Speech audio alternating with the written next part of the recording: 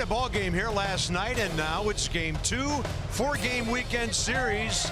Yeah, they're gathering by the Big Apple, and the Nats and the Mets.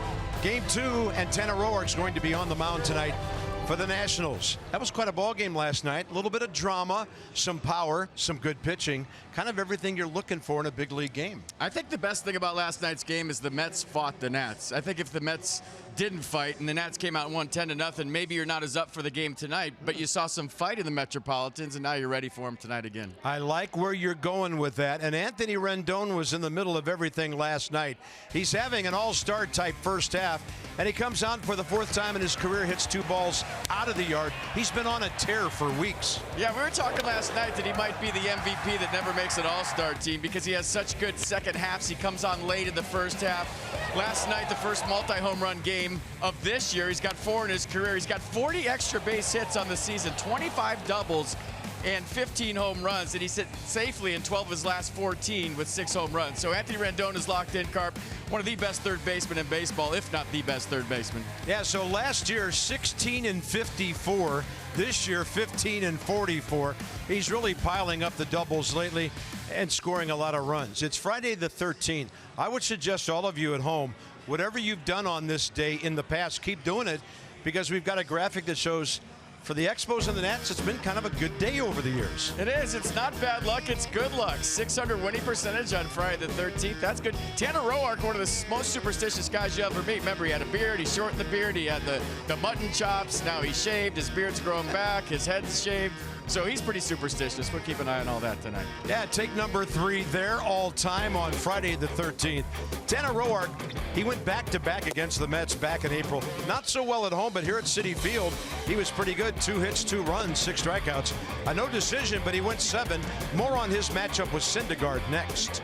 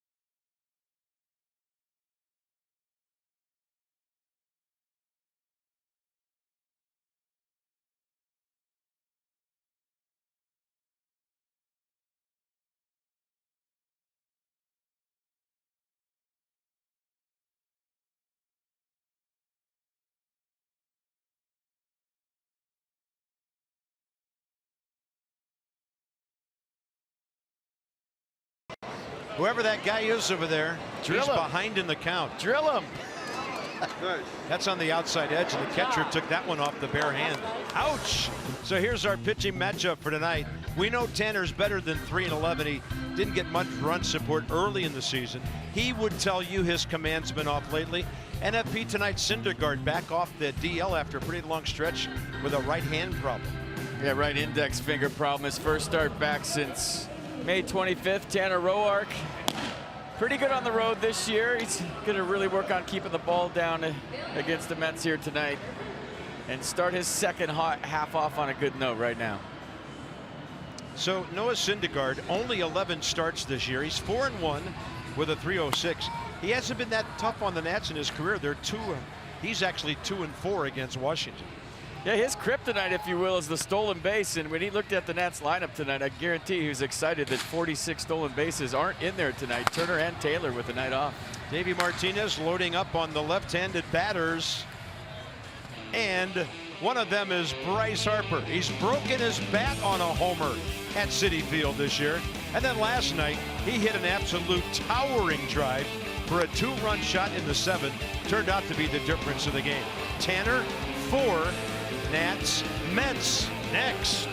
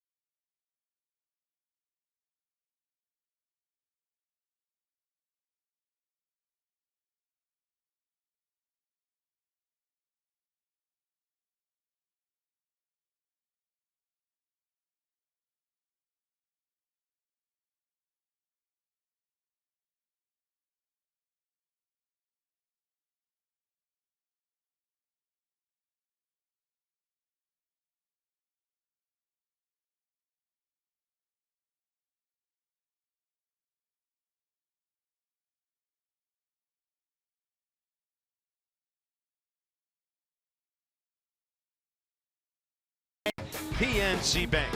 There's no better time to act than today. PNC, make today the day. And by Ocean City, Maryland.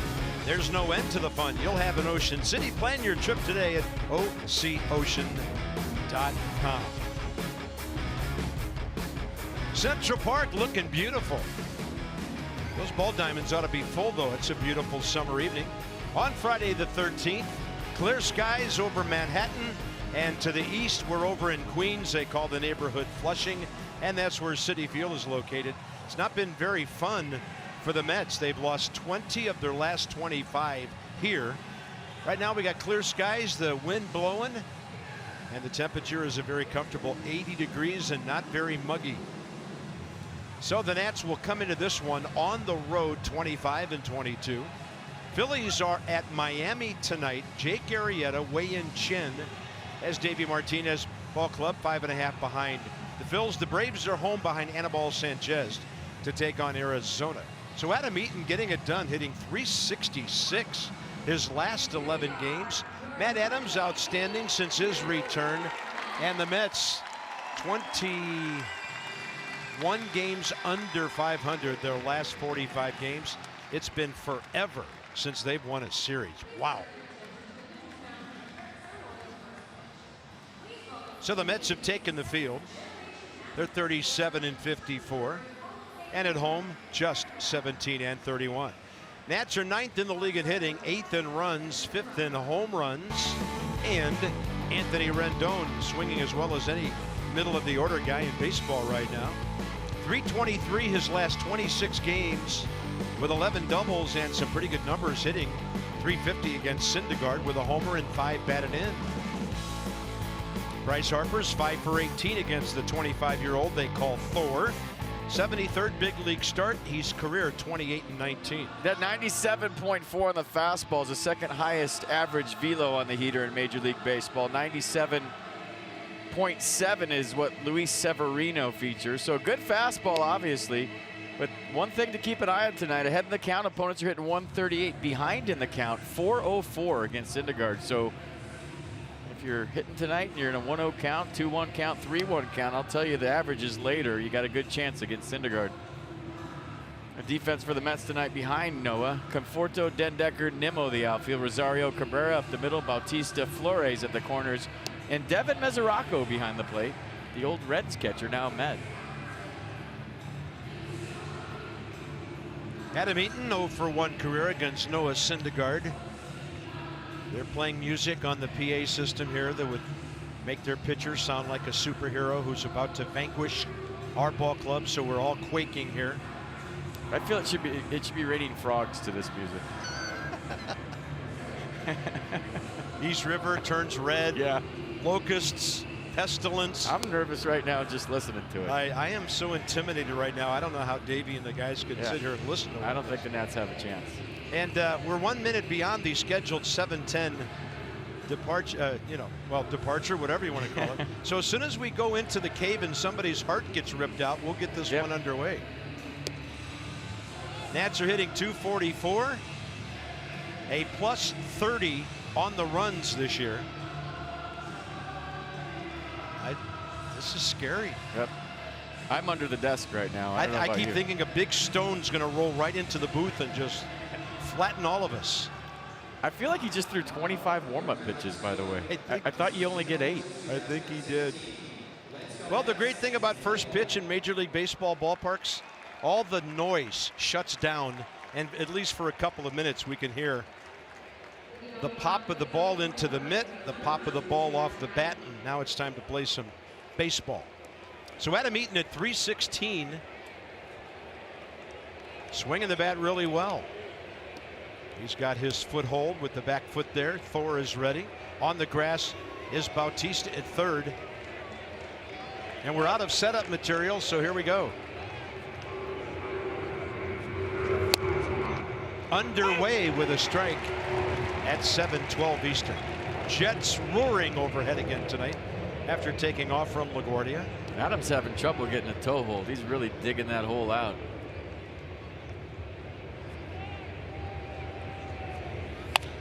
Ripping one to right. It's off the glove of Wilmer Flores on the second pitch of the game. Eaton continues to get on base. Well, he got the toe hold right, and he got the base hit right. There goes the no-hitter. Adam Eaton, first knock of the night. So check that box against a guy that throws 100 miles an hour. Turn it around. Too hot to handle for Flores, and now here comes the 19-year-old who likes to play in New York. Yeah, they've been spreading the news about this guy for a while. 2 for 5 last night.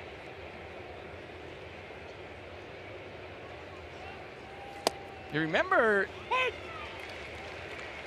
with Syndergaard, he's slow to the plate. He averages a 1.68, which, even though Adam Eaton's a little dinged up at first base, he could still steal off Syndergaard right now if he's feeling it. There he goes. Pitch low, throw up and away, and if Adam Eaton sees it, he might have tried to get to third. Dendecker came charging in, and for Adam Eaton, he gets the running game going with his second steal of the year in 3 attempts. Why not? Yeah, good jump. Had it stolen all the way, and there's Syndergaard being real deliberate. Mesoraco came out of the squat in a hurry, and he still had no chance against Eaton.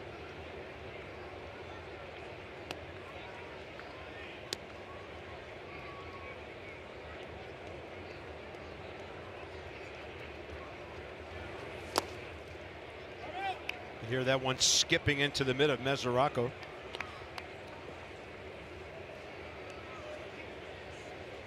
So young Mr. Soto on base 20 of his last 24 games, hitting .307, and the on base percentage is .416. 38 strikeouts, 31 bases on balls. Eaton's looking to steal third. 99. Wow. He's thrown 84 fastballs at 99 miles an hour this year, 9 at 100. So that's his 77th K in 65 innings. Anthony Rendon, this ought to be a great matchup tonight. They've had some battles. As we told you earlier, 7 for 20 A homer, 5 RBIs, a walk. Syndergaard has struck out Rendon 5 times.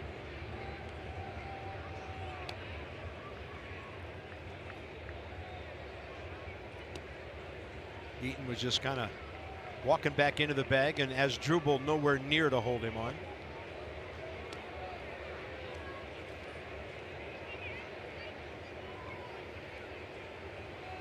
They haven't updated the stolen base total in a while. That was the Nats' 67th of the year. Milwaukee has 75 to lead the National League. And that was the 13th stolen base against Syndergaard this year.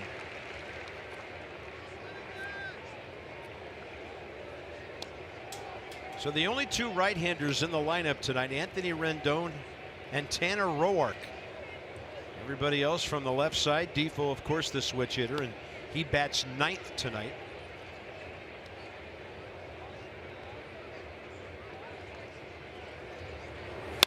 Up the middle, caught, and that's a double play as Eaton couldn't get back.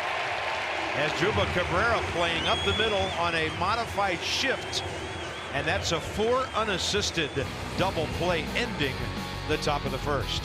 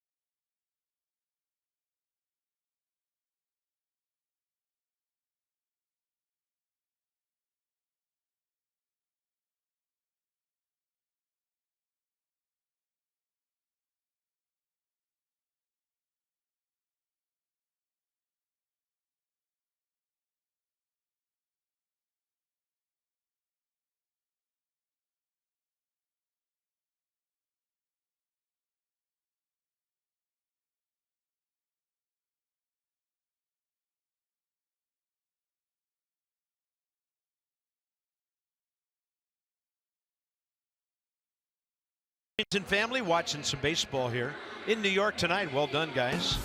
Tanner Roark's going to face this Mets lineup featuring Brandon Nimmo at the top. So his on-base percentage plus slugging off to a good start, as is his young career. 3rd in the league in triples. He has a .377 on-base percentage. And pretty much the same lineup as last night, except for the catcher spot and shortstop. As FP mentioned, Mesoraku in there tonight. Ahmed Rosario at short. Well, the key to the game tonight, and we don't need to talk about Tanner's last start or what's happened, is strike 1. Opponent's hitting 182 against Tanner in an 0-1 count, 433 in a 1-0 count. So getting ahead strike 1, huge for Tanner Roark here tonight. Brandon Nimmo is 2 for 3 against him career, a homer, a couple of RBIs.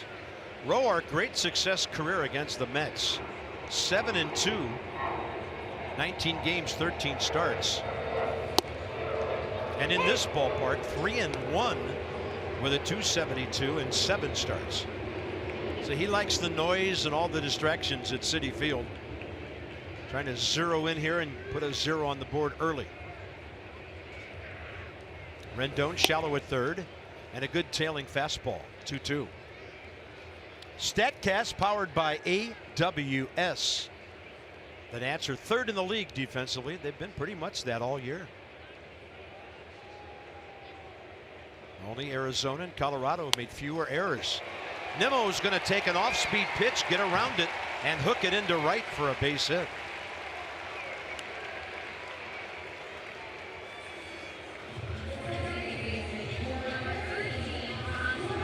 And look at the pitch, the location, looked like a changeup. Down the way, Nimmo just went out and hooked it, no stride. Pretty good swing. And leadoff man aboard for the Mets. Against Asdrubal Cabrera, who is tearing up the Nats this year. In 7 games, .433 with 3 homers and 6 RBIs, and he hit another homer here in the 8th inning last night.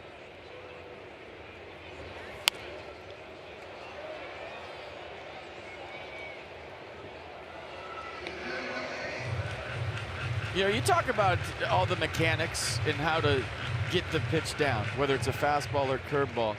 You know, sometimes you get all locked up thinking about those mechanics, and every once in a while it's as simple as lowering your sights. What's that mean? Just like if you're shooting a rifle, right?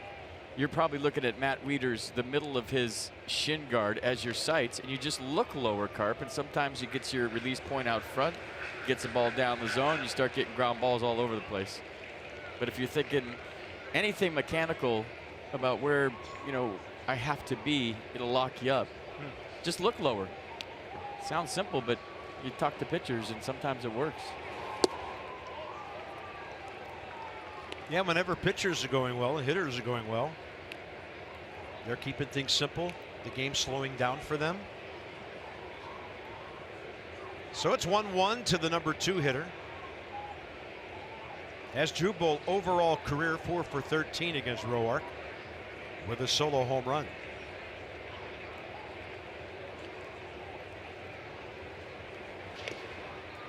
Nimmo 7 steals in 11 attempts. Ruben Amaro Jr., first base coach for the Mets. Remember, he used to be the general manager for the Phillies. Talked to him today. It's got to be one of the most unusual year-to-year moves I've ever heard of in baseball, from GM to first base coach. For the Red Sox last year, now the Mets.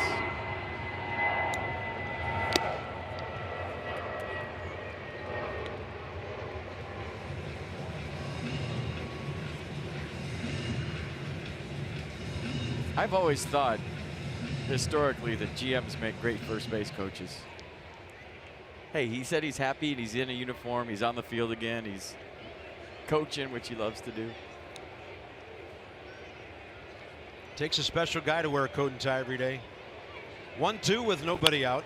And Cabrera's going to reach out and hit one up the middle. Nimmo to third. Bryce Harper bounces it into Murphy. And the Mets have an immediate corner situation as their first 2 hitters just kind of get the bat out there and try not to do too much. Not a bad pitch. Change up down and away, and look what Cabrera does. Pulls it back up the middle. That was off the plate away. I believe it was a changeup, just looking at the swing. So back-to-back hits on changeups from Tanner Roark. Nats cannot get Asdrubal out this year. And a tough matchup now. Jose Bautista. He had a big night. Single homer first 2 times, lined out to center, and he walked. He and Roark match up for the first time.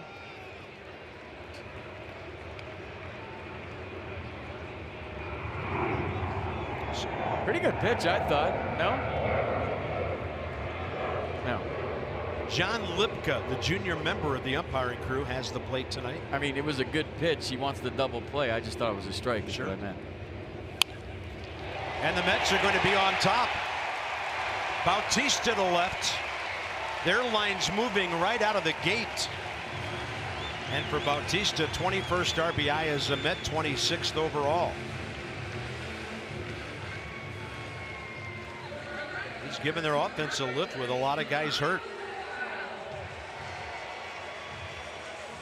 Yeah, I think it was the same pitch. Bautista just looking in there, cheated to the fastball and got it over Rendon's head. So 1-0, first and second, nobody out.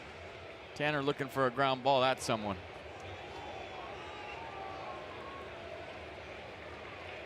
Fourth man up is Michael Conforto.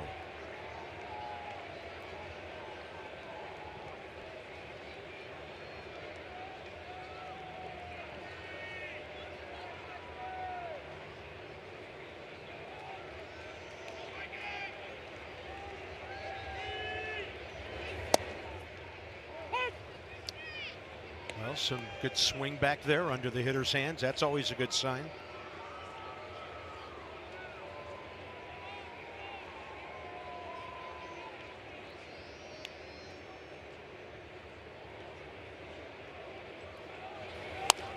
He rolls the ground to right side. Murphy quickly to Defoe. Tried to be as quick as he could, but the ball hit too slowly. One out. Runners end up at first and third. But that took a long time to develop. The ball might have been hit hard enough to turn to. Watch Daniel Murphy try to charge it and feed at the same time. I think the only way they turn that is if you take maybe one more step in and feel this before you set up and flip it.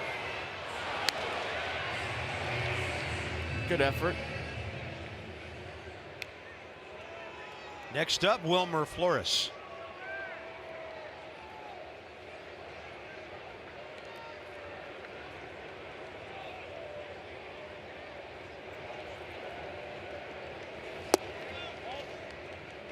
Told this story before, but you might be watching for the first time with the Mets. Wilmer Flores walks up to the theme song from Friends. Yep.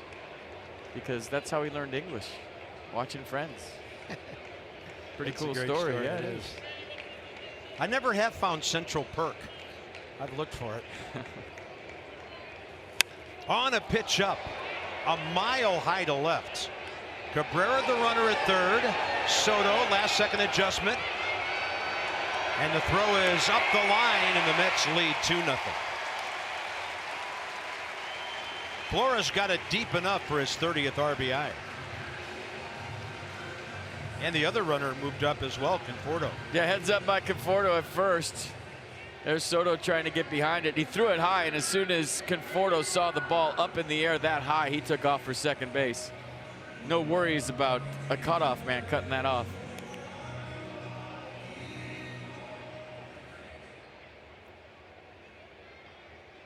Devin Mesoraco. Of course, we've seen him already this year. He was with the Reds when the Nats opened the season there, and he's going to make it 3-0. He's been a lot better as a Met than he was as a Red. Had a lot of situations with injuries in Cincinnati, and he just driven in his 22nd run.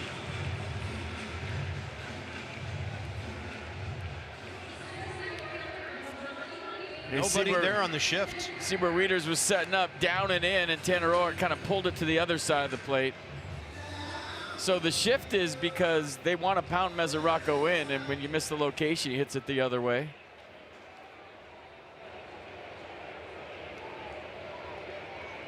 Seventh man to bat, former Nat, Matt Dendecker. Been back in the big leagues for 2 games. He's 0 for 7. And career against Tanner, 1 for 4.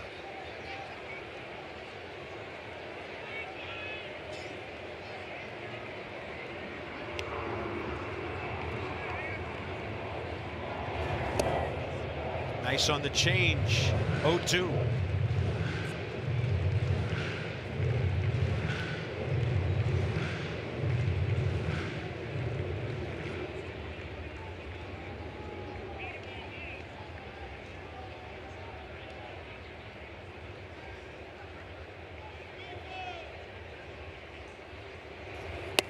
Curveball, see ya.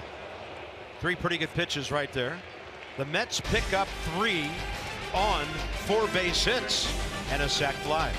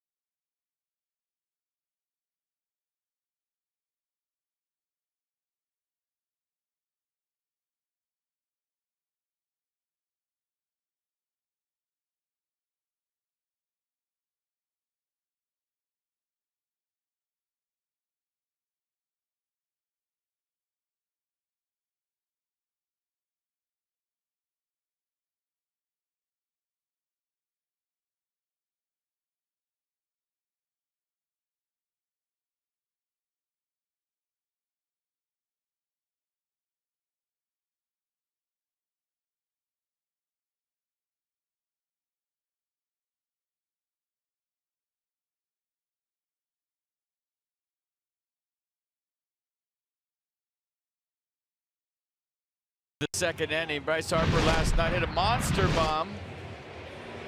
23rd of the year. It was far, it was high, it was deep. It was not playable.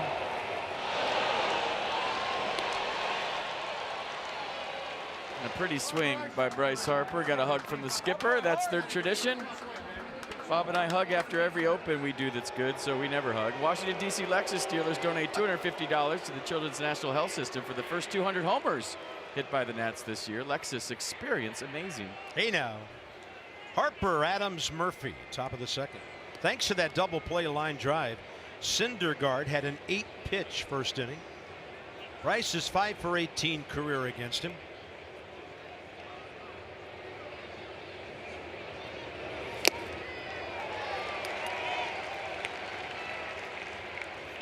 I would love to see these two hook horns and just Syndergaard say, here, I'm throwing fastballs, bro. Let's do this. You and me, here we go. 3-0 lead. Might help that a little. Even if it was 0-0, just 100 versus Bryce. Syndergaard has a very good changeup, and Bryce Harper has a base hit. Take that. Oh, heck yeah, all day. And for Bryce, second hit in his last 3 at-bats. 91-mile-an-hour changeup. Yeah. Little swing and bunt. That's okay. He's lined out his fair share this year. Take 1 million of those and hustling all the way, smelling a hit. And Jose Bautista kept that ball from going 1/20th of the way to the left field corner, which would have been a double. So here's Adams. Matson's coming off the DL. Showed you this graphic earlier when we signed on. He's 9 for 28. I know Syndergaard's slow to the plate, but the Nats can't lose runners or have anybody picked off down by 3. Or is it early and you gear up the running game anyway? Or how much do you play the scoreboard early in the game? You don't. You do. You play your game right now, and if Bryce gets a jump, he goes. So later, maybe. Yeah, like 7th, 8th, or 9th, or even the 8th and 9th, you're down by 3. You get a couple guys on, you're not going anywhere. But right now, you're just playing the game. So if Bryce gets a jump, he'll be going. Murphy waiting after Matt.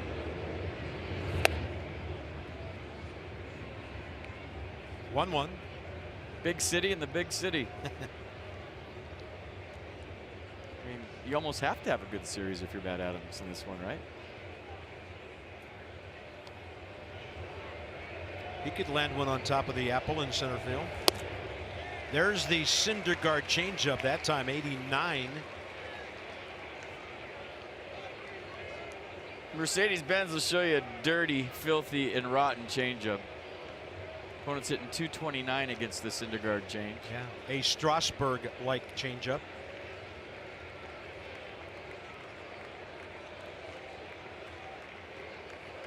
Harper started, then stopped. And Matt hooks one that catches the edge of the screen above the Mets dugout. Syndergaard sped up to the plate. Bryce took a few hard steps and stopped. Smart move by Harper. He didn't get the jump he was looking for.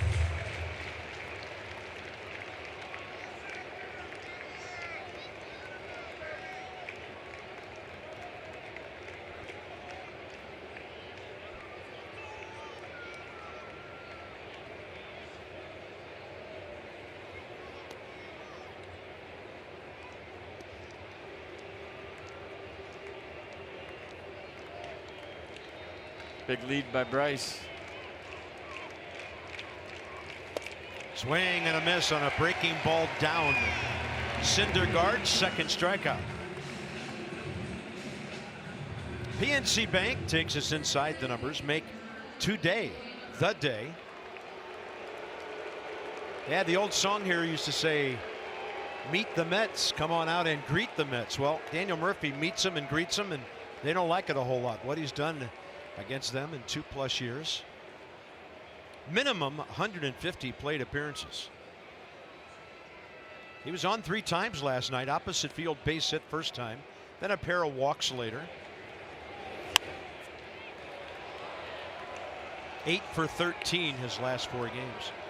And I do have to say, walking around the ballpark just a little today, I still see my share of Daniel Murphy Mets jerseys in the yard. Really? Number 28, yeah.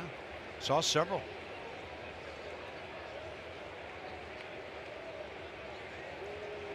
Did you see any Chico Escuela jerseys? Baseball been very good to him, and Harper comes back on the foul ball. That's the jersey I would have if I was Chico Escuela. Chico Escuela, the old Saturday Night Live character. Baseball been very, very good to me.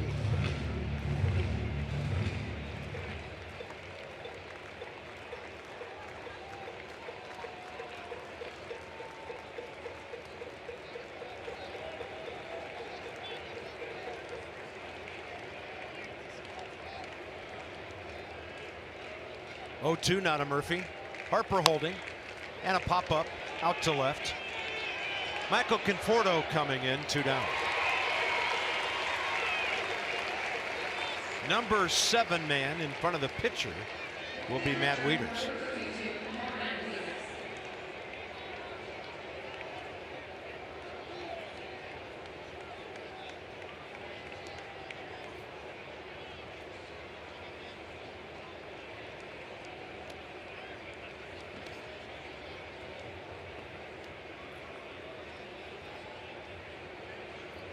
.224 overall for Matt. 1 career plate appearance against Syndergaard, a walk. Fastball in.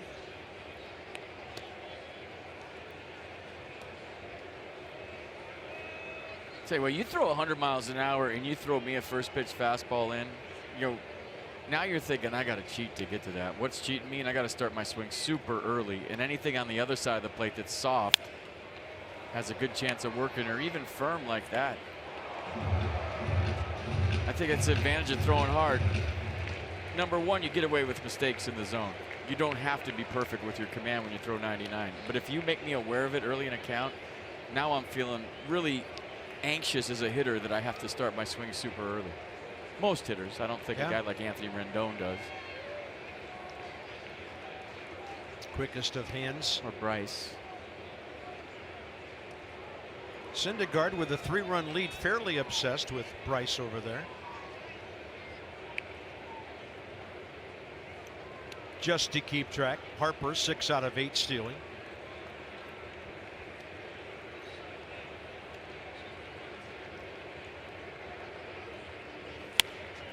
And to the right side as Jubal Cabrera. So the Nats get a leadoff hit, stranding their first runner. And that's the Jackie Robinson Rotunda right behind home plate. Now you get from the parking lot up to the upper levels.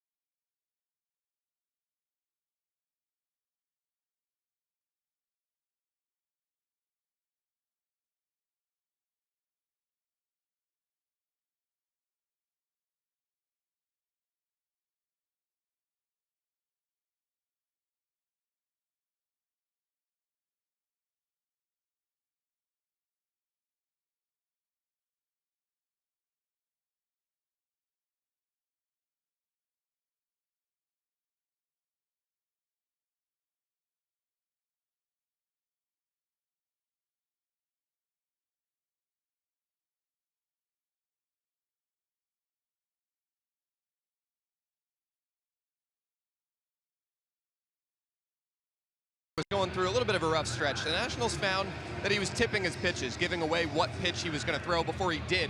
They're convinced that's not the issue with Roark now. Davey Martinez saying they've studied film. They don't think Tanner's tipping his pitches. The issue, according to Derek Lilliquist, the Nationals pitching coach, is just location. That Tanner is working up in the zone too much. He says he needs to stay out of the mid-thigh to belt area.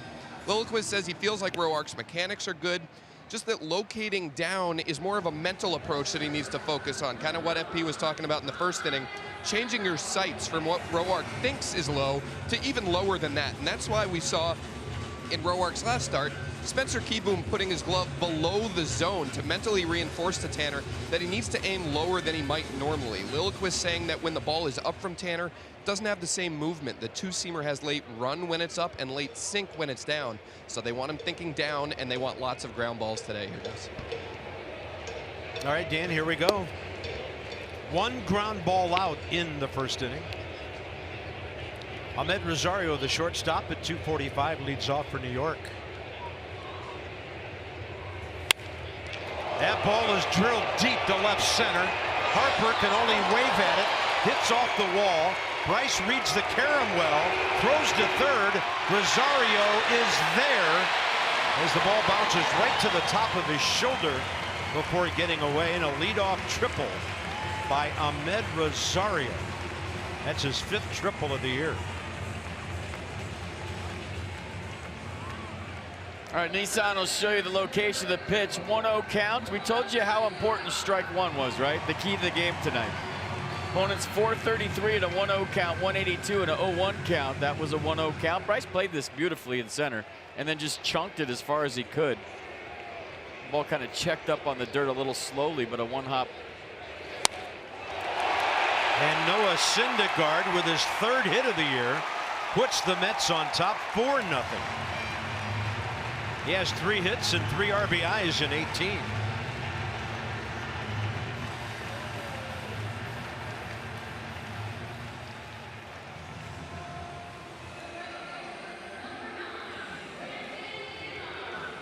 Yeah, just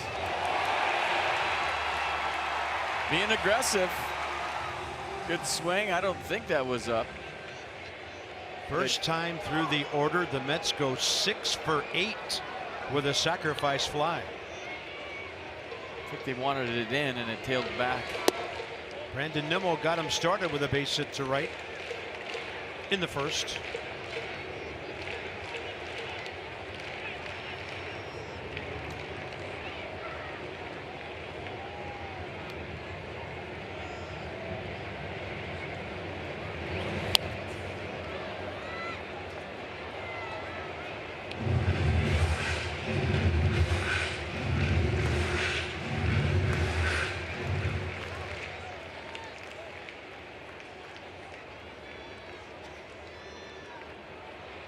Yeah, Noah Syndergaard's given up 4 runs once this year, so you can't allow any more. Given up 2, 2, 1, 3, 2, 3, 2 a couple of times, 1 and 3 his last start on the 25th. So he's stingy, and he's got good stuff tonight coming off the DL. Yeah, that's the 25th of May you're referencing. So it's been a while, but he's looked solid so far. Nimmo with that level swing of his back to the screen. 2 balls, 2 strikes.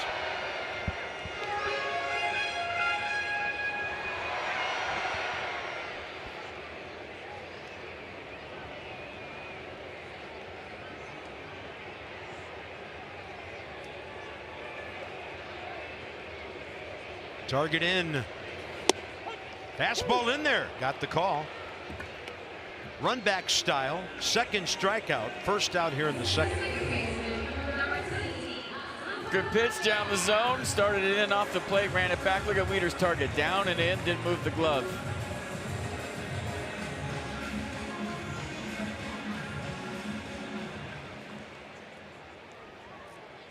It's a good pitch. Now you're looking for a ground ball from Cabrera, who swings early in the count. Hits into as many double plays as about anybody in the league, 12 this year. And he takes the fastball away.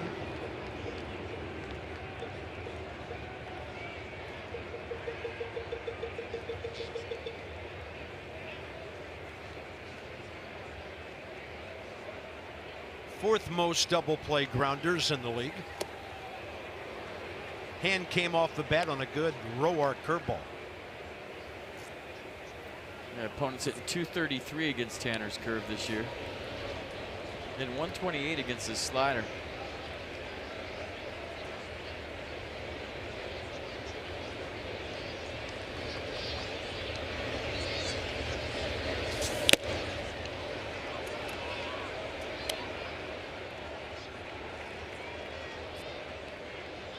And when you think back to Tanner's best days, and hopefully those are right around the corner, because the Nats need Tanner Roark if they're going to accomplish what they want to accomplish. It was any pitch and any count for a strike. And now as a hitter, I don't know what's coming. I don't know when it's coming. He would mix up sequences second, third time around and still didn't know it was coming. You know, saved the curveball for the third time through. But as a hitter, Carp, when you're throwing all of your pitches for strikes in any count, I'm off balance. I don't know what to sit on. I can't think with you. Can't guess anything, right? Yeah, it was like, you know, he was a mind reader and he would throw what you weren't expecting, but they were all strikes. And you have to respect that when they're all strikes. You can't say, oh, he's missing with his slider, I'm disregarding that pitch. He's missing with his curveball, I don't have to worry about it. When all four are in the zone now, it makes me think too much, and I got no chance. 3-2.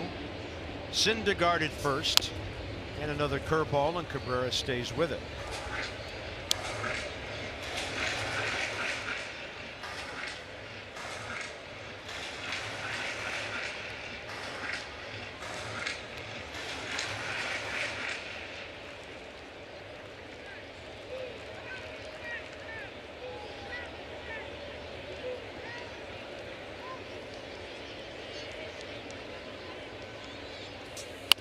Curveball up, and another foul.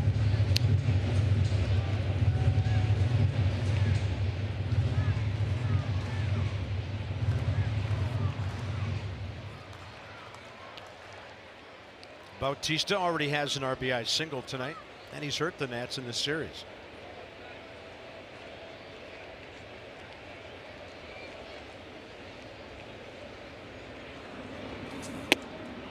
Couldn't get the swing back action. 2 on, 1 out, and Tanner Roark first walk.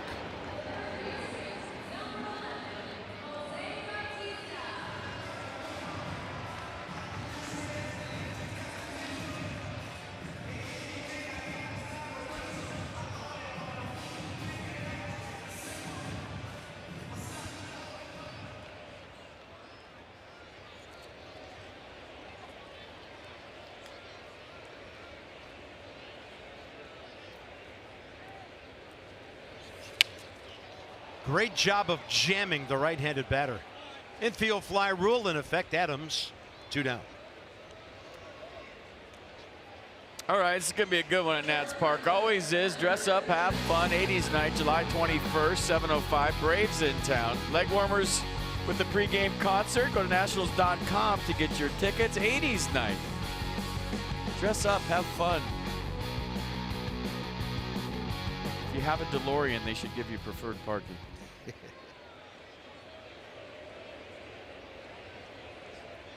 If you know what decade you're in. Strike call to Michael Conforto. Bouncing ball to Murphy. The Nats tried to turn 2 back in the first. Do they even make those anymore, DeLoreans? I don't know.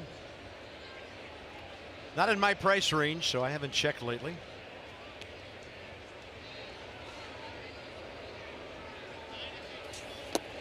Nice curveball. Tanner going to the hook. More here in the second inning. No, they only made him 1981 to 1983. Good pick by Wieters on the curve. Yeah, he kept 2 runners from moving up. I think.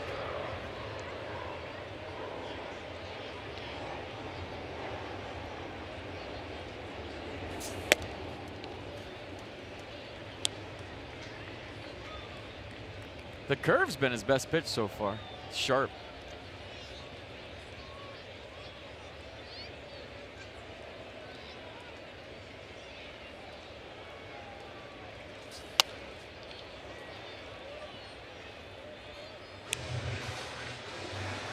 Kind of like what Conforto's doing. He's trying to hit against the shift. We talk about how do you beat the shift all the time, hit it over it. Well, last night he went inside out swing off Max for a single, I believe. And then right there, you could tell he's trying to hit against the shift. He's making an adjustment. His first time up, second time up in the 4th inning. Yeah, base it out to left center. 2 balls, 2 strikes.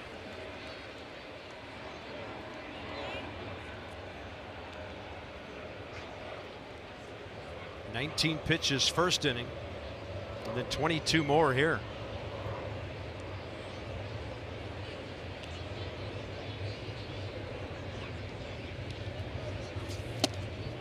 Nice in the off speed. So 2 Ks, a walk, but a Rosario triple and a Syndergaard base hit put the Mets on top 4-0.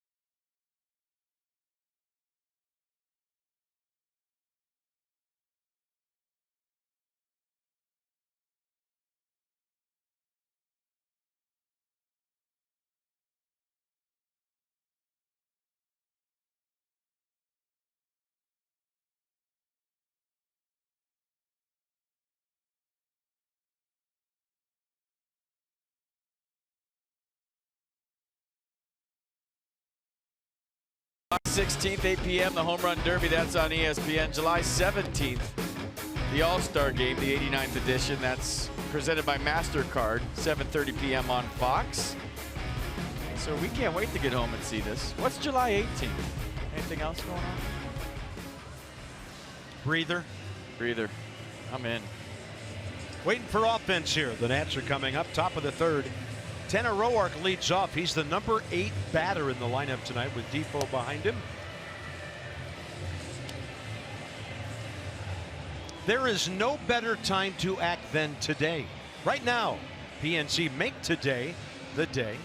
And at Potomac, Ian Sackdahl, former Cougar from Washington State, had a 3-run double at Lynchburg last night. So last 10, lighten it up. Good for him.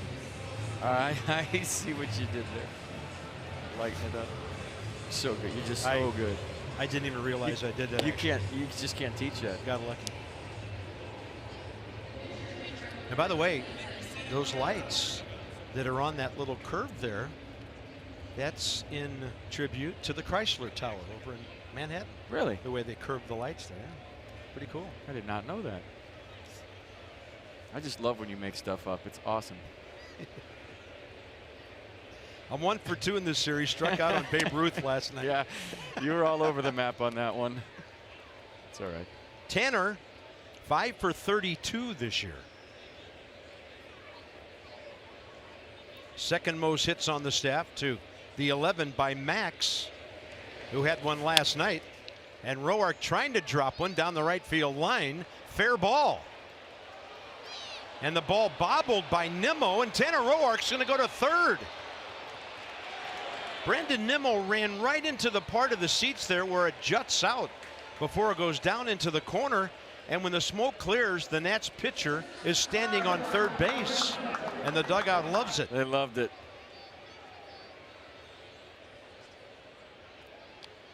So it got weird down the corner right there, and Tanner Roark probably took about 2 more lefts than he was anticipating when he got in the batter's box. So a triple, they scored a triple or a single in a 2-base there. Let's see. I couldn't tell right here. Oh, on top of the wall. I didn't see that initially. If I was a scorer, I would call that a triple because it's basically a bad hop off of the top of that wall. Mickey Callaway's out.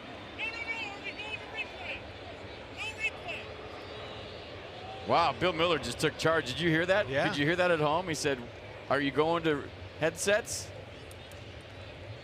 I mean, he counted to 10 basically and said, either we're doing it or we're not. Yeah. I mean, that's an umpire taking charge. I love that.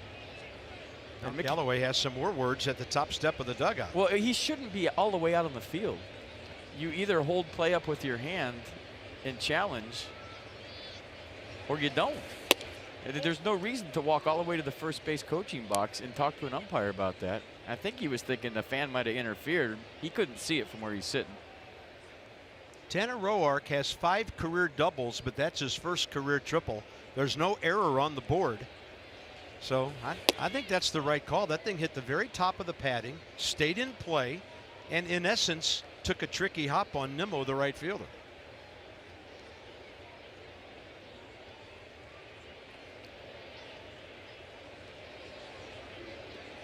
Got to get the run home ASAP. Defoe in there.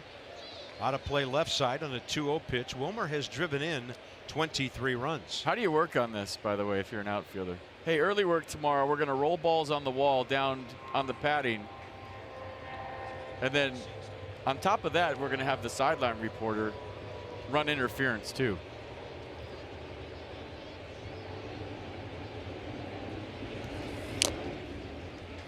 Strike 2. Yeah, kind of odd. It hit. It seemed like the ball hit the pad, but it might have grazed that concrete as well. Yeah, I don't know the ground rules for that. I'm not going to guess. I think the umpire's probably saying, hey, the ball stayed in play. Nobody touched it. 2-2. Wilmer Defoe, liner. That's fair. Down in the same area. It gets deep into the corner, and this is at least 2 bags for Defoe. He'll stop at second with the Nats down by 3. It was almost back-to-back triples by the numbers 8 and 9 hitters, and the Nationals are on the board. All right, everybody hit the ball in the right field corner. Here we go. Tanner Roark with a leadoff triple. Now the ball hit off the stool. Did you see that? I mean, it's like bumper pool down there right now. By the way, it's the worst game ever invented. Bumper pool. Wait, Tanner, way to swing it.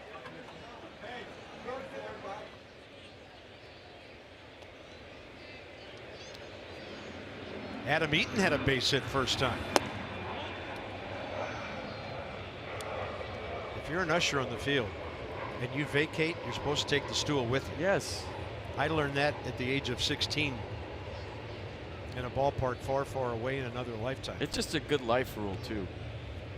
If you have a stool, take it your with stuff you. with you. Yeah, take it with you. Eaton on a ball out of play, left side, 1-1.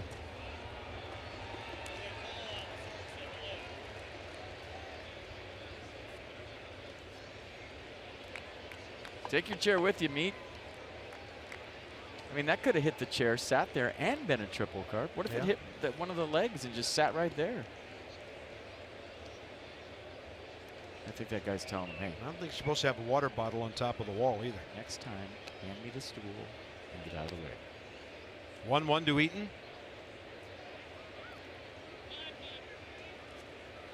That's a balk. Somebody said something about time, but the umpire never signaled.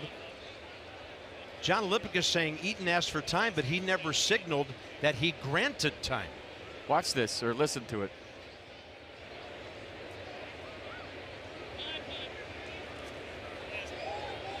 The umpire never gave him time. Should have been a balk.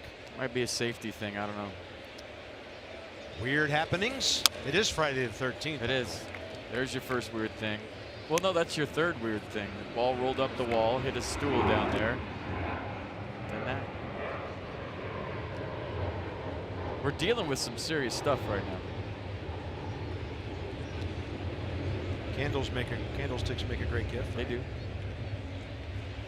I knew I heard that somewhere before. 1-2 to Adam.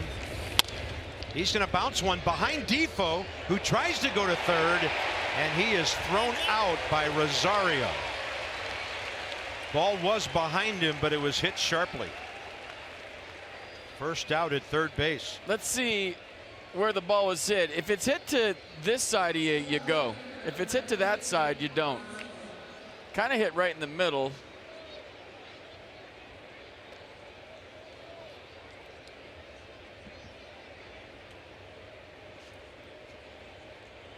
And another out on the bases for the Nats. 6-5 tag play. Now we'll see if Eaton is inclined to run again like he did first time. Singled to lead off the game and then stole second before Rendon's line drive got him doubled off.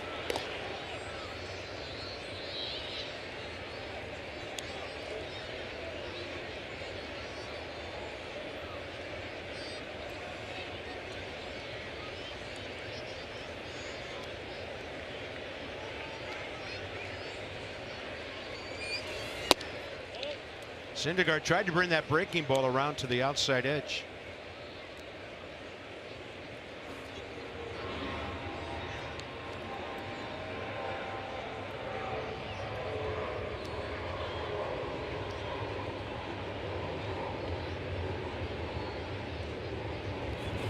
You know, if you have an aggressive secondary lead, Carp, watch Wilmer shuffle, shuffle, and stop.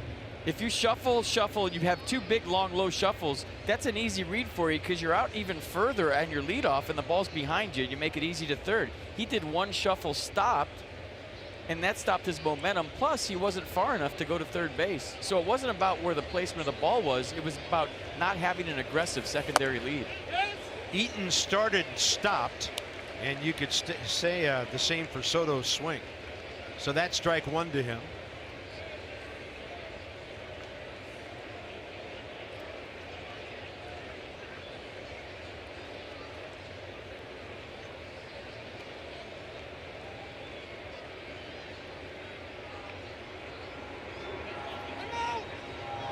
Time given. 2-1.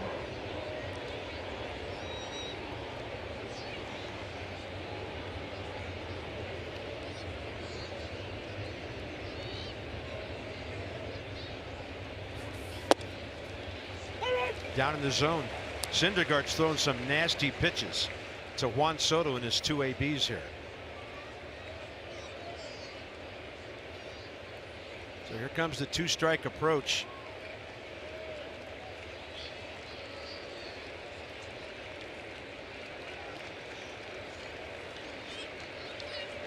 Coming in.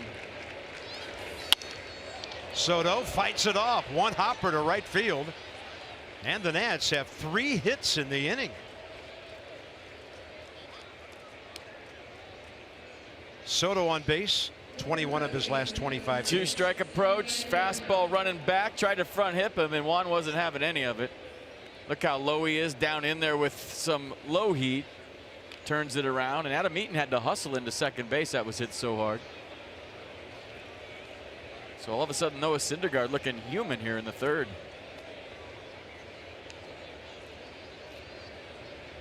Rendon line drive to Cabrera near the second base bag first time, and he doubled Eaton off to end the top of the first. And he gets under that one. Rosario, infield fly. 2 down. That was a 94-mile-an-hour slider.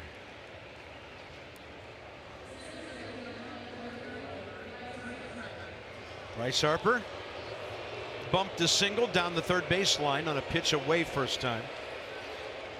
This time up because there's a runner at second. Jose Bautista has to hang a little closer over there. And Bryce, Nats down by 3, looking to drive it and do some big time 2-out damage here.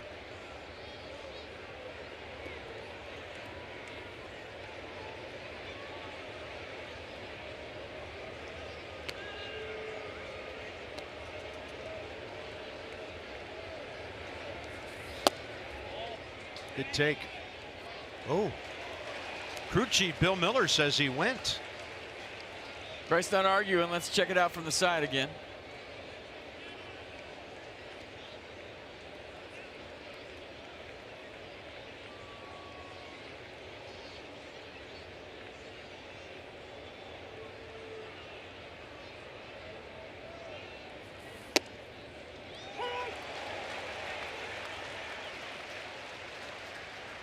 Mercedes will show you a two-seam fastball. Did it come back? He tried to front hip him here. Look where Mesoraco set up. Bryce thought it was a ball. 100 miles an hour.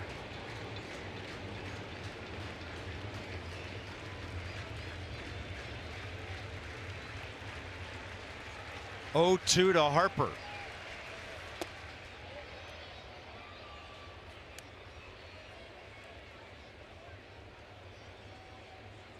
I mean, the only danger with throwing that front hipper, if you start it on the plate and it runs back over, it's 4-4.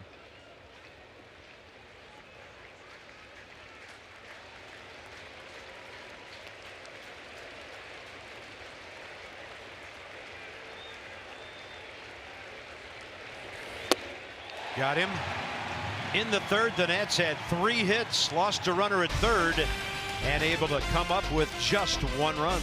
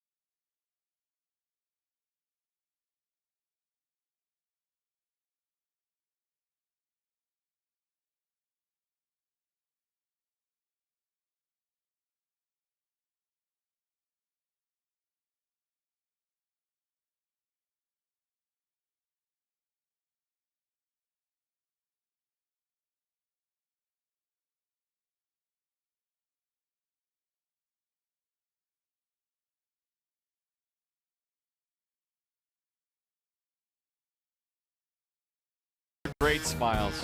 It's brought to you by Dominion National. The skipper's smiling. He's smiling more when they come back.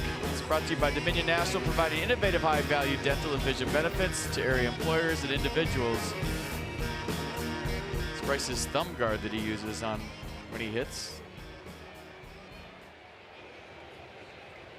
Lots of Nats fans enjoying the start of the weekend here in New York. We go bottom third, and that's a strike to Wilmer Flores. First 2 innings, Tanner Roark, 42 pitches, 28 strikes. Time to put some zeros on the board, back to back to back to back.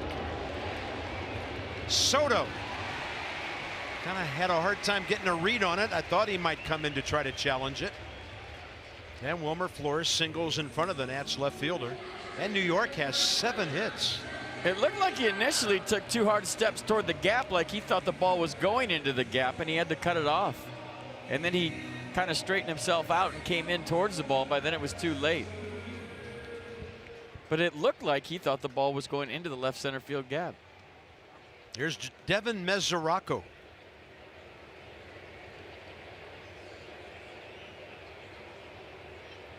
Up there hacking early in the count first time, and he does again.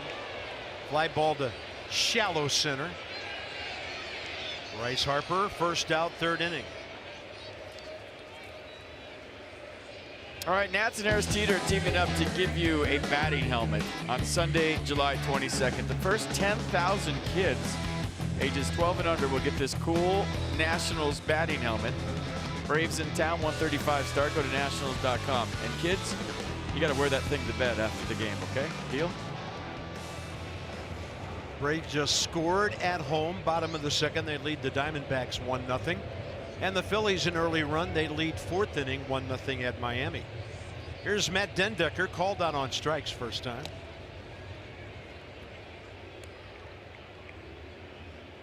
Wilmer Flores has not attempted a steal this year.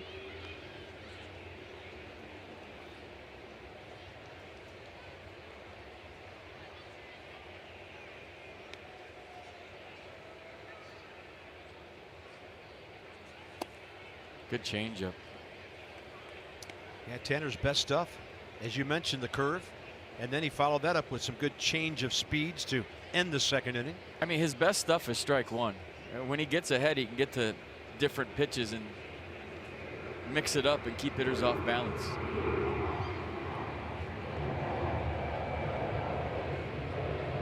Target away.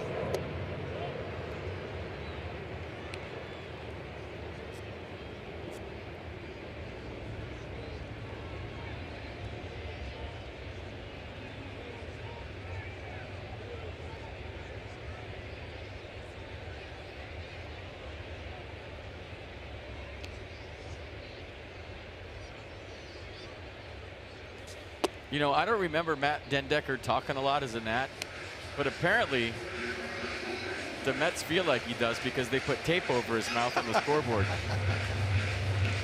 Like, zip it, Matt. Yeah. Enough already. Quit being so controversial. Yeah, Matt's a quiet guy. Same high school as Michael A. Taylor, so they must have had some quiet hallways at Heritage Christian Academy. I need that tonight. We would never put tape over your mouth. I would. Around your wrists, maybe, but not around your mouth. 2 balls, 2 strikes. 1 on, 1 out, bottom of the 3rd. Yeah, Matt, a couple of years ahead of Michael A. down there in the Lauderdale area in high school.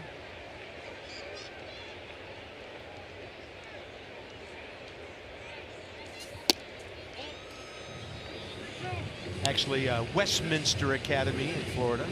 And then Matt went on to Gainesville to play for the Gators. He was a 3-time all SEC performer there.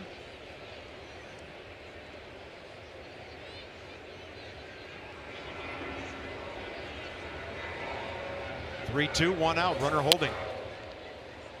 Might have swung at ball 4. He thought it was close enough.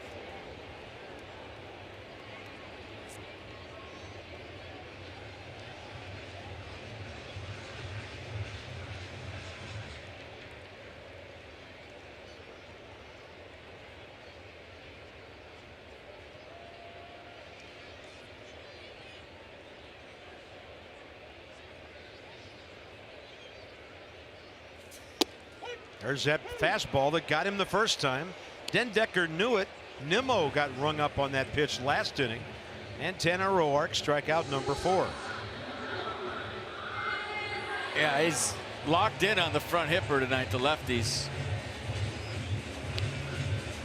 So here's Ahmed Rosario, who hit the ball like a 2-iron out to left center field, a low screamer that Bryce Harper had no chance to catch, and then he ended up at 3rd on the carom.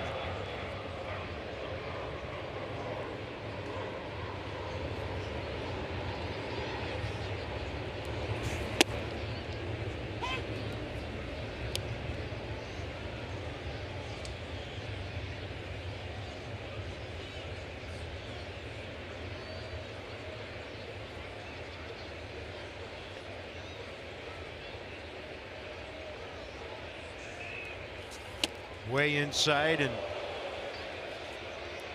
had to really scramble to get away. 1 ball, 1 strike. Matt Wieters was preparing for collateral damage there. Did you see? He kind of reached to catch it and then protected himself all at the same time. He thought it was going to ricochet off Rosario.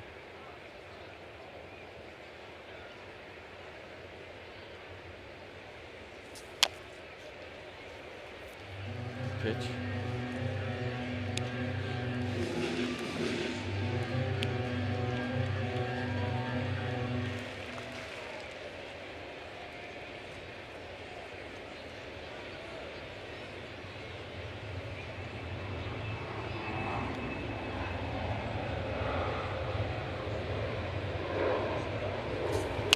Curveball, good pitch, had him reaching. Murphy to Adams. And Tanner Roark does put that 0 on the board in the 3rd. Adams, Murphy, Wieters coming up. 4-1 New York.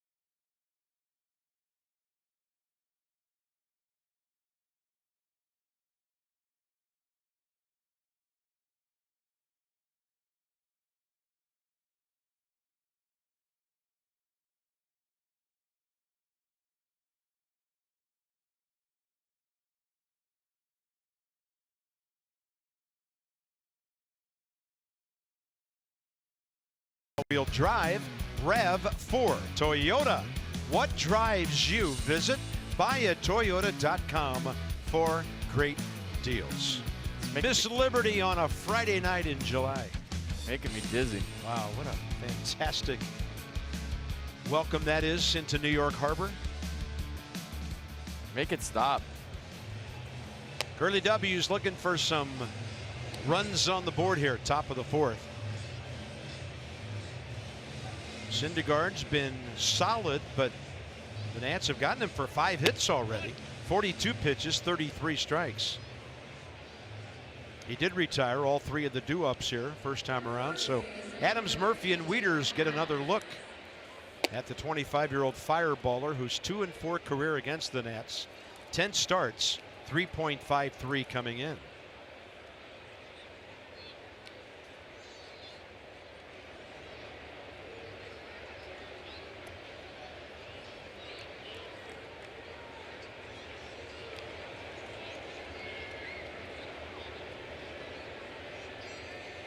Shift on. Bautista alone, left side.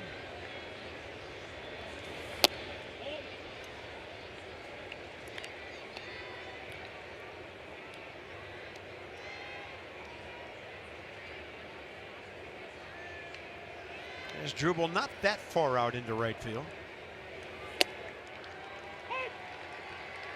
Yeah, that strained ligament in his right index finger was the second time Syndergaard's been on the DL. You remember the first time, right? Nats Park last year, he had a partial tear in his right lat, walked off the mound at Nats Park. That thing is way upstairs. And you remember all the controversy surrounding that. The Mets want him to get an MRI, and he didn't want to get one. But look at this. Yeah, 2 of the most injured teams. Right now they're without Jay Bruce, Cespedes, Darno, Todd Frazier, Juan Lagares, Syndergaard just off the DL today. And Matt Adams launches one a mile high over by the Mets dugout. And in there, out of play. So if there's 162 games in a season, how could the Nats miss 862 games on a DL? That's like 7 seasons they missed. Yeah.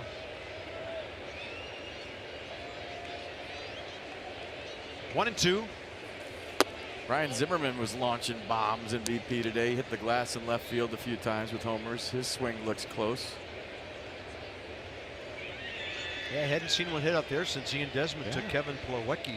Or was it Plawecki or another catcher? Anthony Recker. Yeah, there you go. 3 and 2. Middle name home.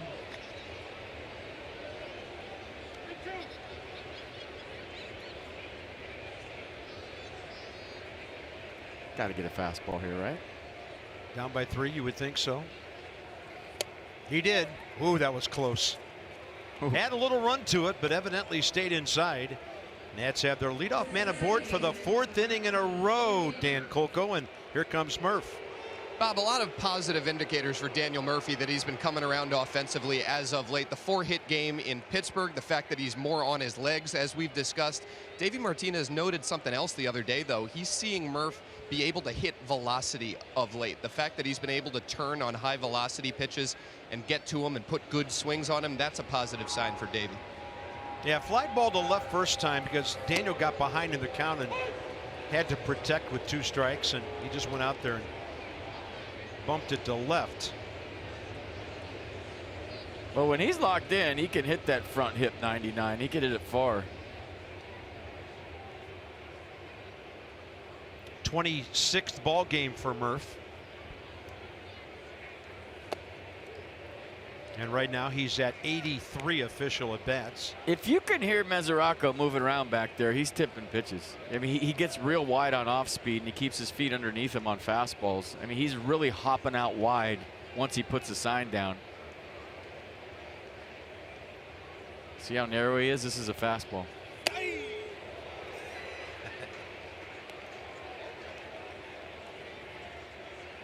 That was a loud aye.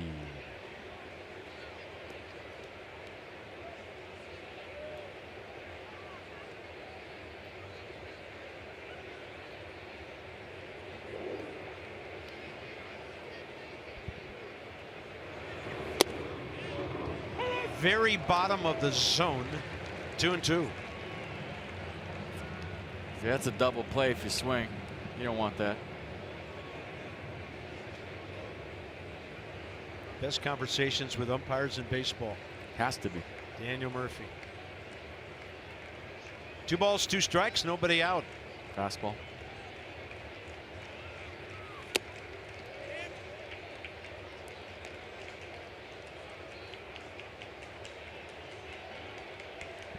Time given, a mound visit coming from Devin Mesoraco.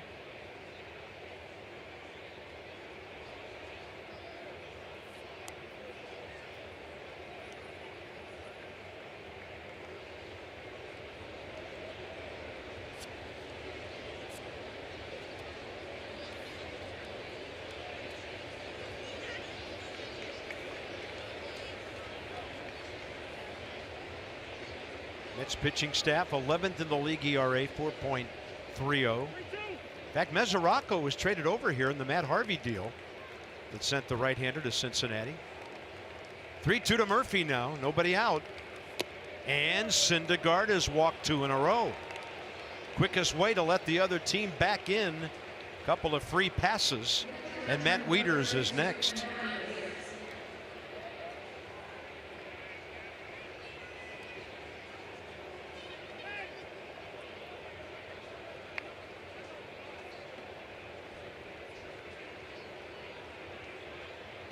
Oh, he's messing with the fastball now all of a sudden. Let's see if they try to get him in sync again with something slow here.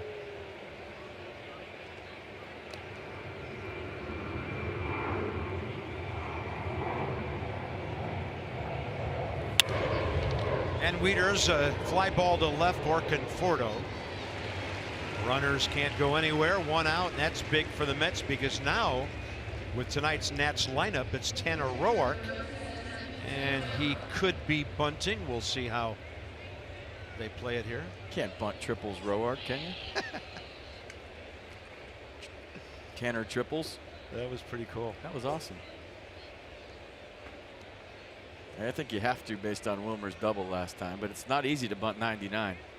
Yeah. Especially when you don't have a plus runner at second base. Flores coming in. Tanner lays off the high fastball. This is a tough assignment. Yeah, and not great speed on the bases, so it's got to be a good bunt.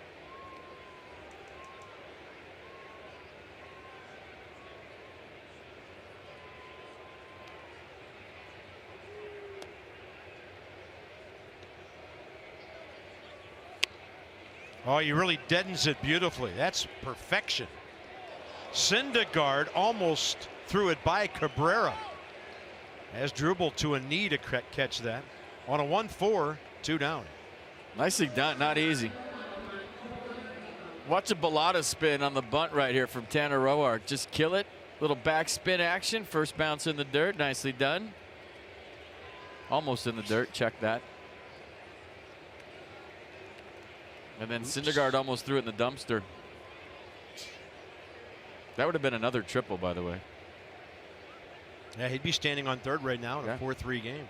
Yeah, Little League triple. Wilmer Defoe dropped one right down the line first time.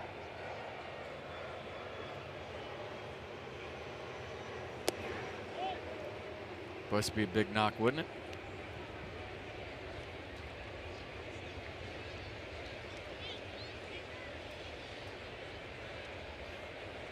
Wilmer had never hit against Syndergaard until tonight.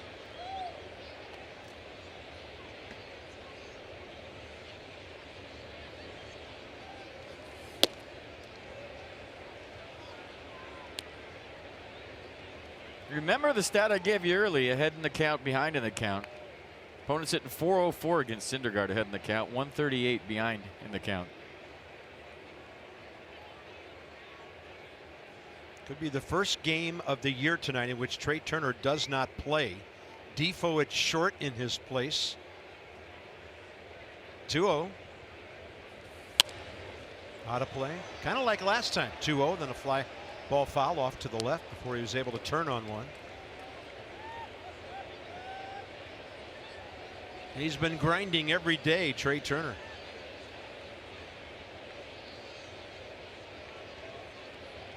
day game after a night game tomorrow. 4 o'clock game here.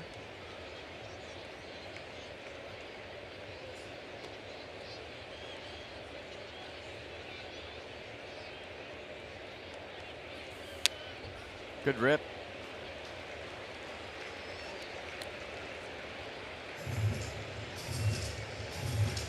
Yeah, 98 with a little run back to it, and Wilmer was on it. Might have pulled off at the end, got a little bit big, but that's a healthy swing. He was trying to make it a tie game there, I believe. Yeah, Wilmer told me before the game he doesn't mind hitting 9th. In fact, in some instances, you see much better pitches than when you hit 8th in front of the pitcher. I think in all instances. Yeah, right now hitting in front of Eaton. And a 2-2 count here. And this one, fly ball to left for Conforto. The Nats have already stranded 5 runners in 4 innings. It's 4-1 Mets.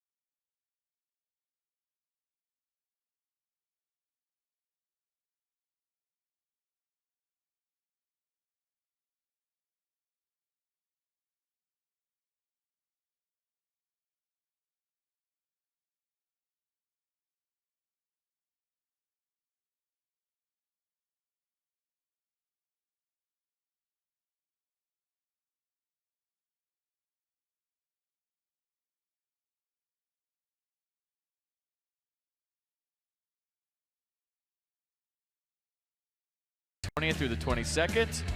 Now's your chance to make a big difference in the pennant race. Get loud, wear red, come to the yard, and get all crazy with us. Visit nationals.com for tickets.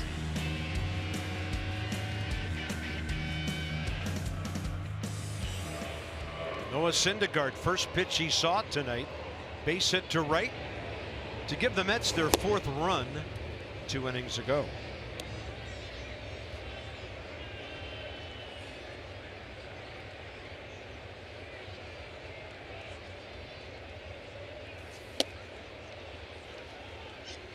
The 182 career hitter coming in. 4 homers, 13 career RBIs.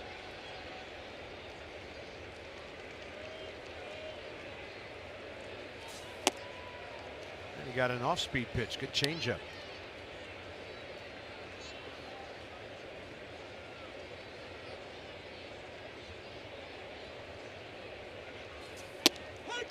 That'll take care of that. Strikeout number 5 for Tanner Roark. Bottom of the 4th underway, top of the order next. Tanner's made the adjustment, got through the first inning, which has always been a struggle for him to kind of control the nerves in the first. Gave up the run in the second. Looks like he's zoning down more. Stuff's becoming sharp. He's relaxing. You can just tell by looking at him. Embarks on the 3rd time around the New York lineup here. Brandon Nimmo base hit a run and called out on strikes. That was back in the 2nd, and the first time we really saw Tanner swing back the fastball. He gives him a nasty curve right there. Yeah, 75, sharp break to it. Wiffle ball curve right here from Tanner. Nice.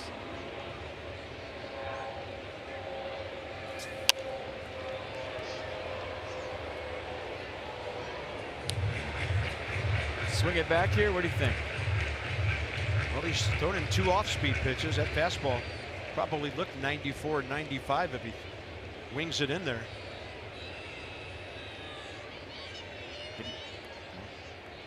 going away with it. Maybe setting it up here.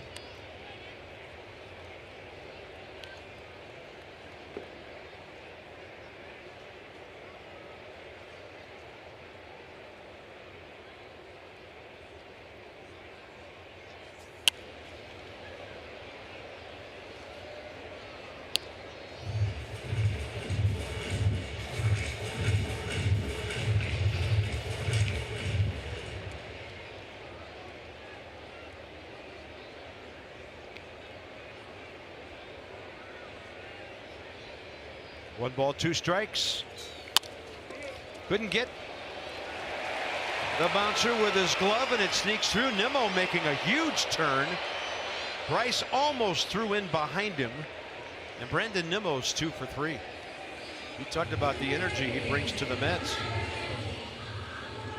Well, you knew it was a slow roller up the middle, so that buys you about 2.5 extra steps, maybe 3. So the fact that I think Tanner tipped it, or at least the mound tipped it. Watch it slow down. He's thinking too right here. He's waiting for Bryce to look down, but Bryce didn't. He popped up, looked at him, almost fell. Arms and legs flapping all over the place to get back to first. Cabrera has been on twice. Asdrubal with a base hit up the middle and a walk.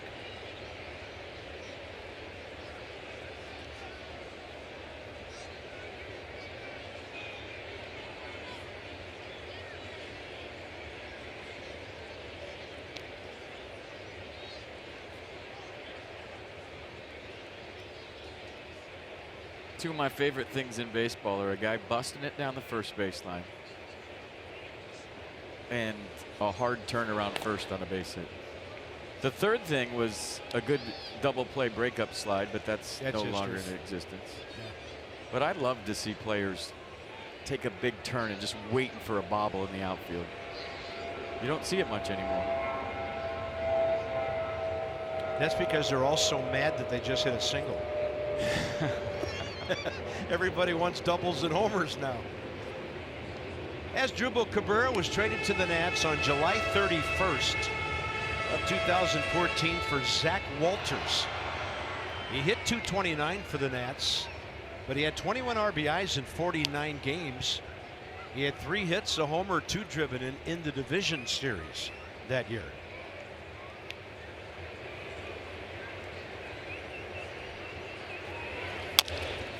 Little tapper. Tanner Roark over to get it. His momentum will carry him into the scoop to Matt Adams. Nimmo to second, 2 outs. All right, there's a sale. Here it comes. $39.99. Watch every out-of-market regular season game live or on demand. Your subscription includes MLB At Bat Premium, allowing you to watch live baseball on your favorite support devices. Visit MLB.tv to take advantage of this sale.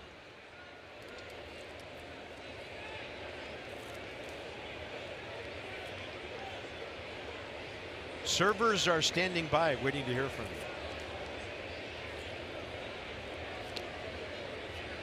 Bautista, 1 for 2 RBI single. Last time on the first pitch, he popped up to Adams. Curve is nasty, right? Watch this. Ooh. Mercedes-Benz showing a beauty.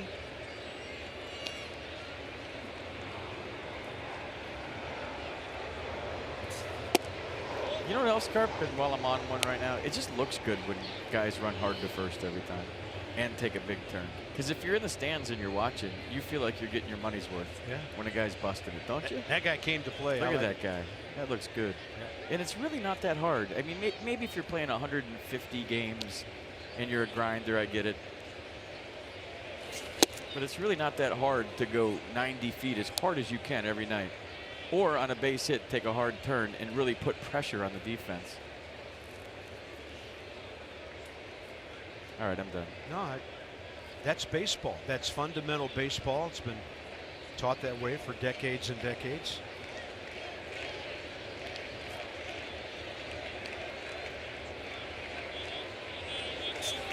And you never know in that extra 90 feet that you might get 1 out of every 8 or 10 times that's going to win your team a ball game. But when you turn hard at first, Carp, every time, and you put pressure on the defense, that one time he bobbles it, you feel like you hit 3 grand slams in a row. Because you just keep rolling. Everybody goes, look at that guy. He's on top of it. I mean, it might happen once out of 100, if that. But when it happens, it's worth every time you did it, and it didn't happen.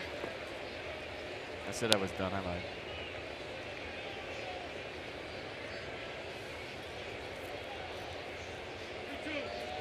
Two outs. Left-handed batter on deck, Conforto.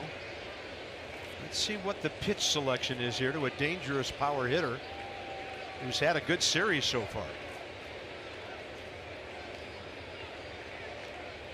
Bautista's hands right over the inner edge of the plate, and the fastball jams him.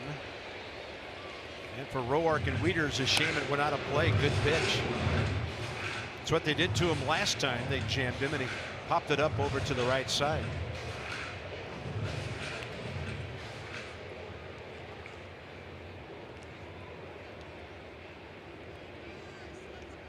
Big pitch coming if you want to stay in this one.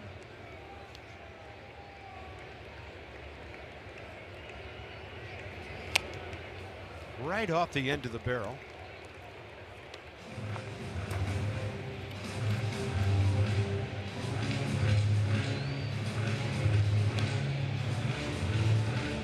So after one pitch last time, at least an 8-pitch battle with Bautista.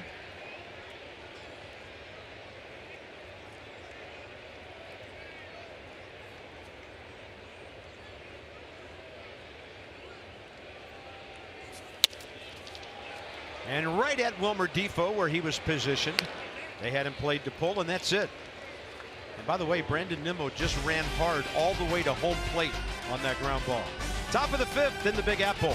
The Nats down by 3.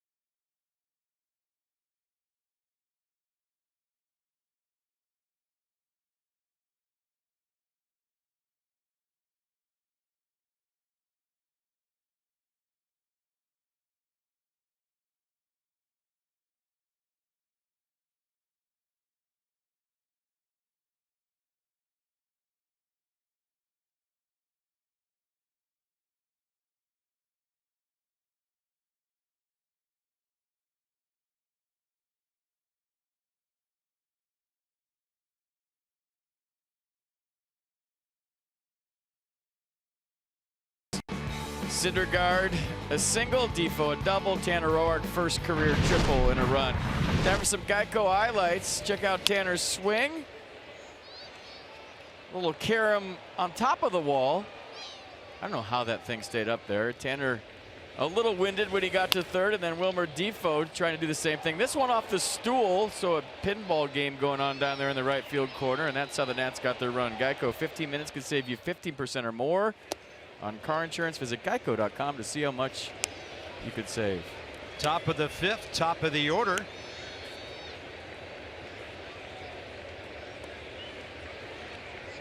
First inning single with a steal. Third inning fielder's choice grounder.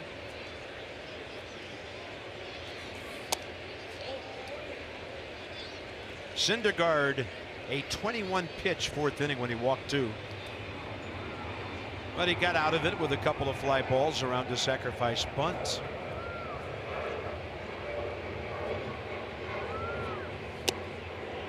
Eaton not biting, ball 3.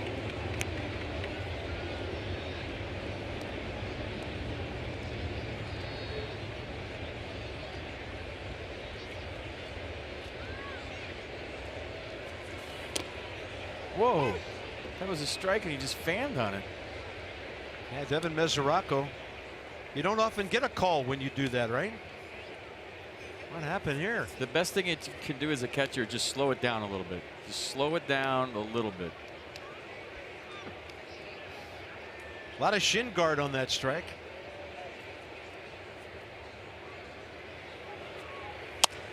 Eaton's going to line one right up the middle, and Adam Eaton is really locking things in. Didn't play last night. Gets refreshed a bit, and he's 2 for 3 tonight. Another knock. Bad Dies Hero. Watch the shards of wood fly right there. So toothpicks on the infield. Adam Eaton on first base. 2 knocks, and here come the Nats. Third time through's a charm. Watch. Is he running? Soto. Base it last time.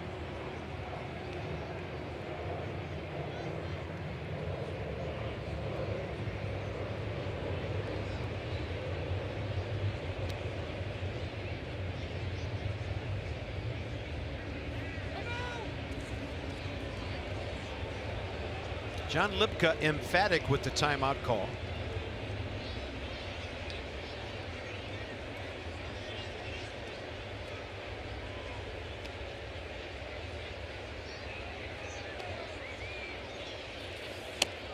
I talked to Juan today about the origins of his 2-strike approach. He said his first year in professional baseball, and there's Seth Lugo. That was in 16 with the Gulf Coast League Nationals, where he was taught to spread out and hit the ball with authority the other way when he could. And that ball was caught down in the corner by Michael Conforto, with a fan seemingly trying to interfere. So pretty good concentration by Conforto to catch it.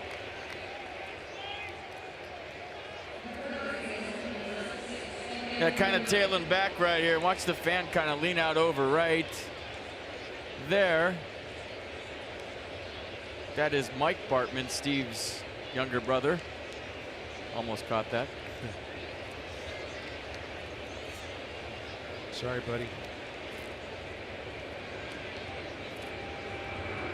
Right up against the barrier for the first out, and here's Anthony Rendon.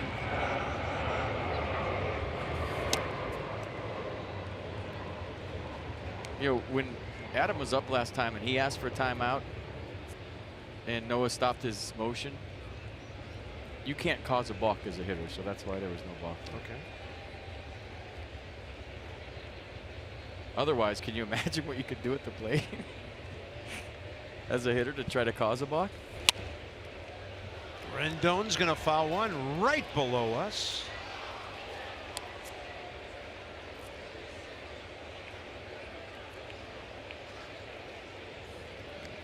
Road Warrior, 13 games, 11 extra base hits, 5 homers. Closest we've ever come to a foul ball here. Yeah. I want to go have a talk with the guy who took it out of the lady's hands down there. 2 balls, 1 strike. Yeah, that wasn't cool. No. Tighten it up down there. They still have it? I think so.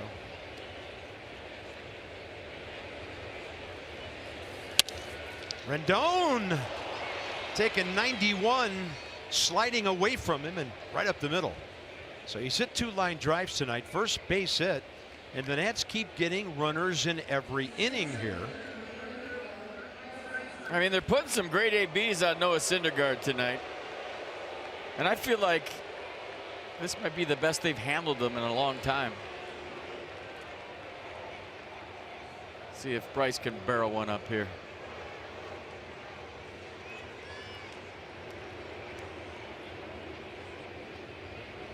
Harper, a base hit and a swinging strikeout. Time to cash in. The Nats have stranded 5 runners. They've lost one at third early in the 3rd inning.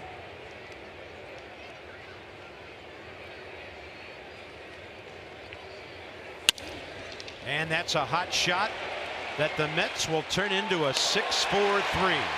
Rosario to Cabrera. And the Nats have now stranded 6 as we're halfway through.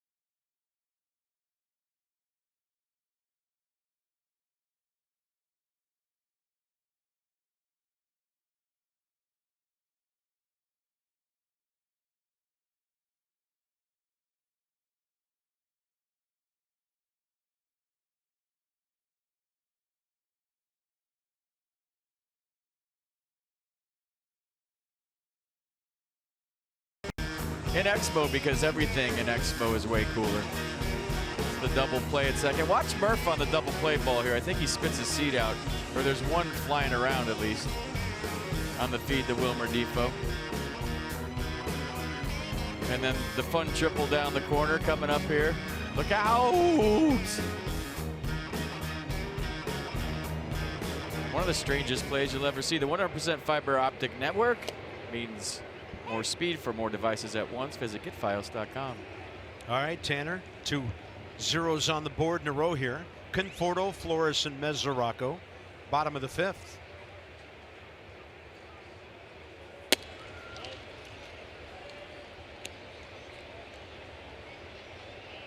Mets about hit the Nats 8-7, but they had 6 of their hits the first time around the batting order, and Tanner has settled in well since then.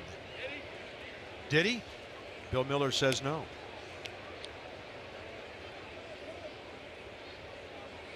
Did he what? Did he go? Did he swing? Got to be more specific.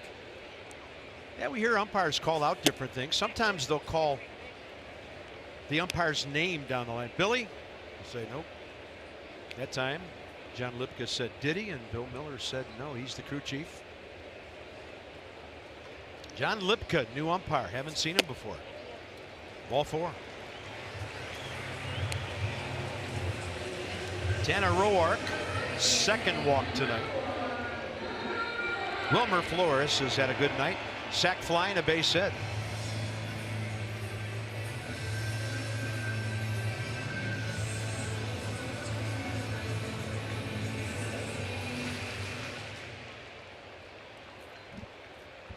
Tremendous fan participation there with the claps. I love it.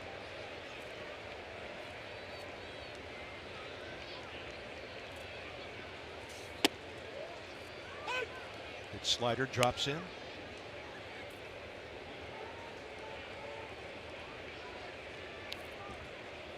Remember the day when Wilmer Flores heard he was traded? 3 years later, he's still here. What a strange turn of events, huh? And then the Mets ended up getting Yoenis Cespedes in that sequence, and they went on to win the division and make it all the way to the World Series. Royals beat them.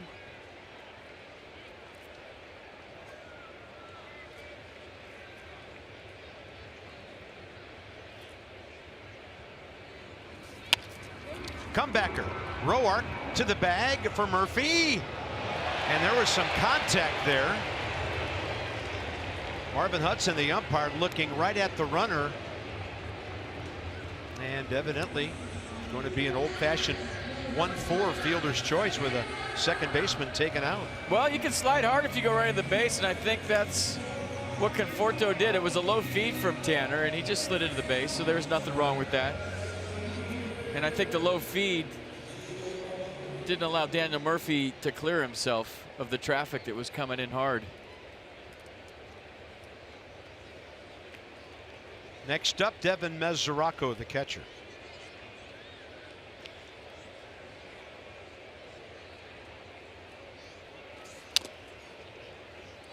Well, he does not like to take pitches.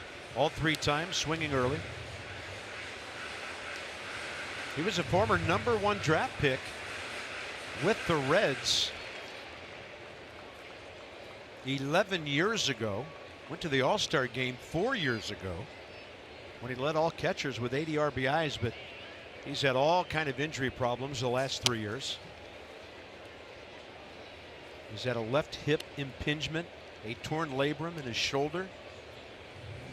3 times on the DL last year with the Reds' left shoulder, right hip, left foot. And after 18 games in Cincinnati this year, he was traded to the Mets, where he's kind of enjoyed a new lease on life.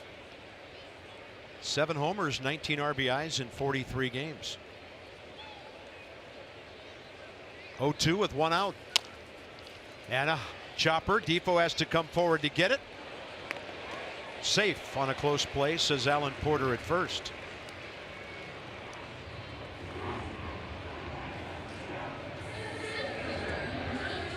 Did not hit hard enough to turn it, even though the catcher's running. Good effort by the 2 up the middle.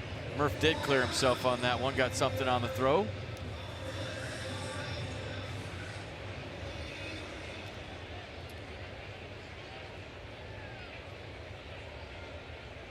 Number 7 hitter, Matt Dendecker. Tanner has rung him up twice on swing back fastballs under his hands.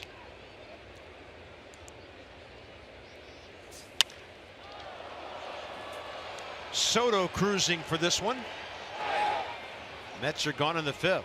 So Tanner Roark keeping it as it is with Adams, Murphy, and Wieters. Nats down 3.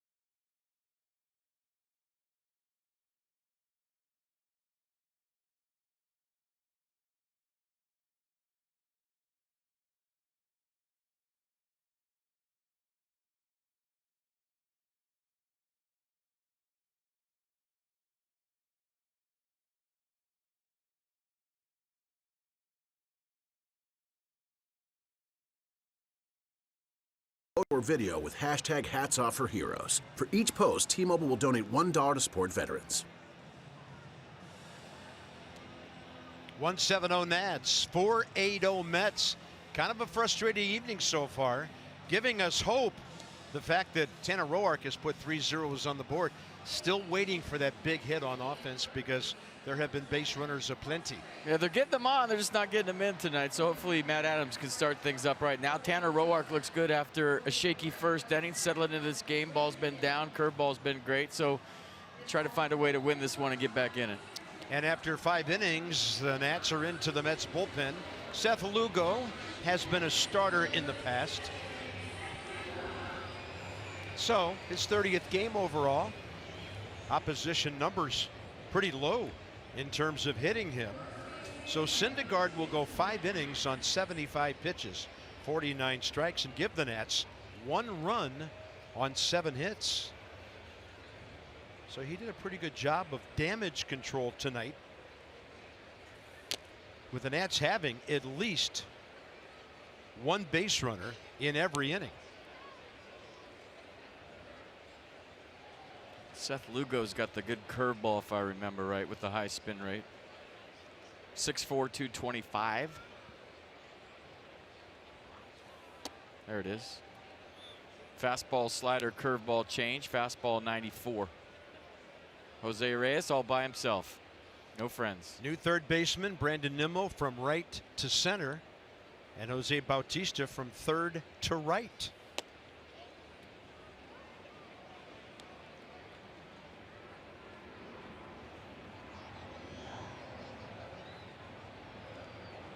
And that's because Reyes will bat 9th and be up 2nd in the bottom of this inning.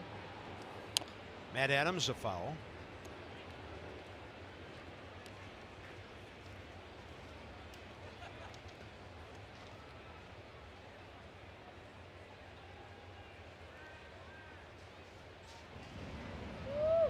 And Justin Miller is up. Tanner Roark's at 87 pitches through 5 innings. And Seth Lugo, you probably just saw reverse splits. Lefties are hitting 174, righties 248.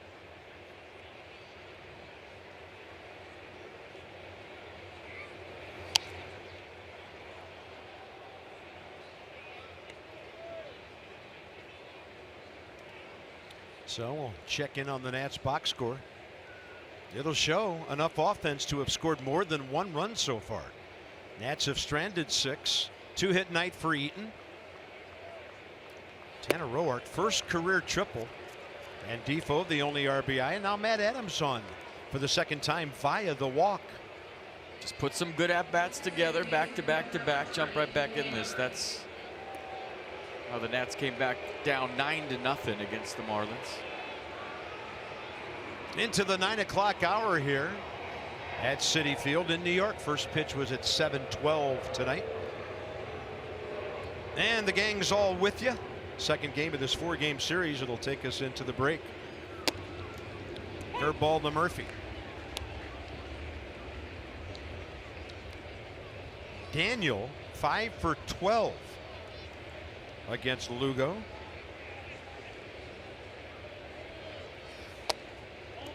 Tried to run that fastball back, stayed in.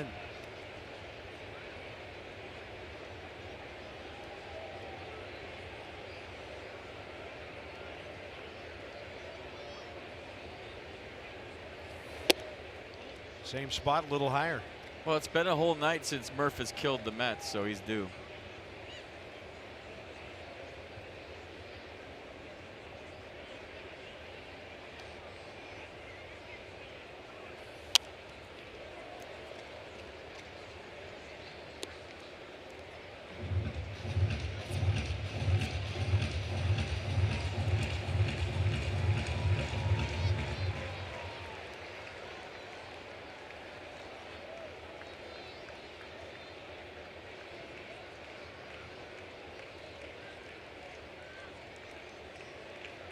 Two.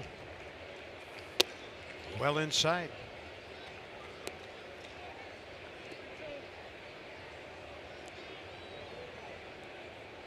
Seth Lugo's thinking, I got to throw a strike right here. I can't walk another guy. And Daniel Murphy's thinking the same thing. 3-2 and hard hit, but late.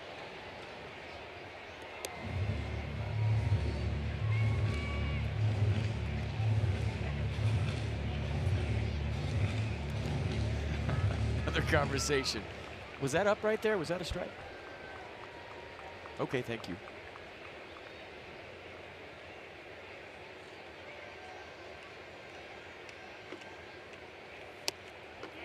Well, he did it. 2 walks with Wieters coming up.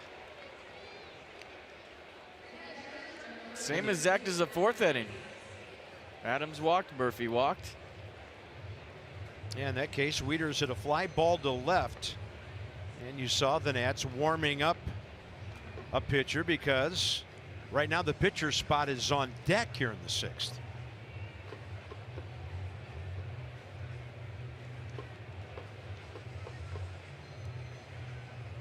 It's Dave Island, the Mets pitching coach. He just said, don't walk another guy, whatever you do.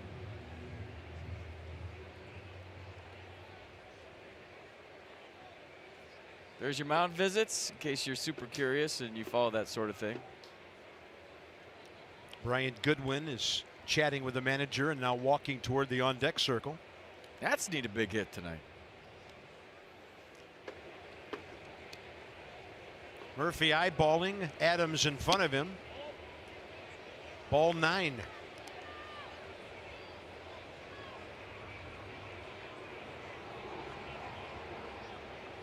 Nats have had 7 walks. Goodwin waiting, and along with the 7 hits, 4 bases on balls. Get you a good one, let it fly. Matt Wieters facing Seth Lugo for the first time.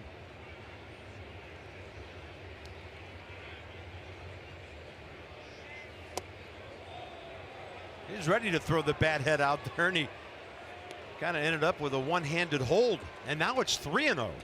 Wow.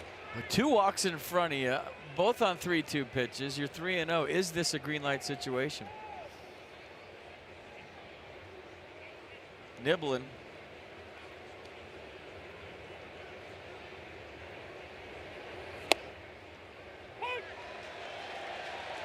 Bronx cheers in Queens for that one.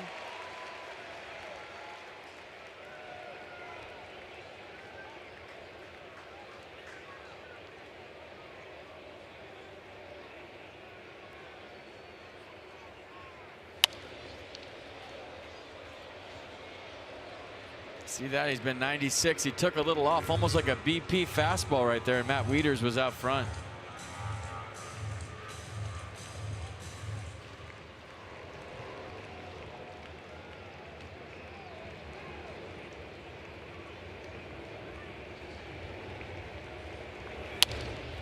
Wieters hooks another one about 5 or 6 feet foul. Yeah, 92 out front again. I'm surprised with all these walks that Seth Lugo hasn't gone to his best pitch, which is the curve. I mean, he's missing with the fastball. The command's erratic. There's another guy who used to be a starter, Robert Gesellman, in their bullpen.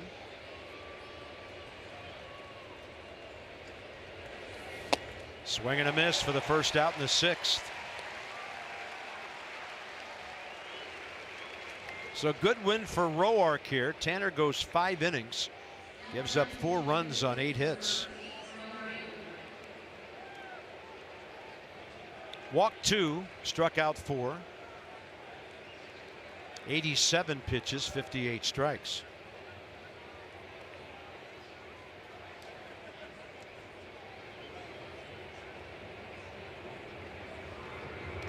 Brian has had the toughest job in baseball over the last month. 1 at bat a day. And he's been doing a nice job with it, I think. Yeah, finally broke through for his first pinch hit the other day.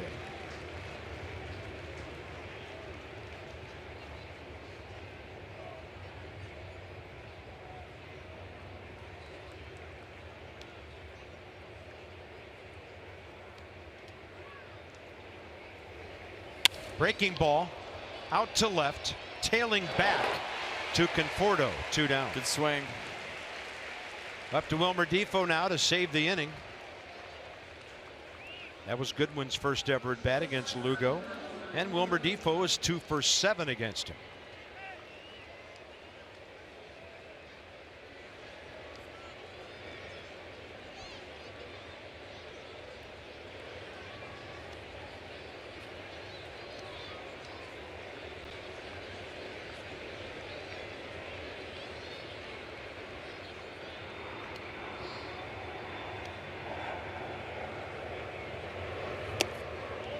Her ball stays up and away.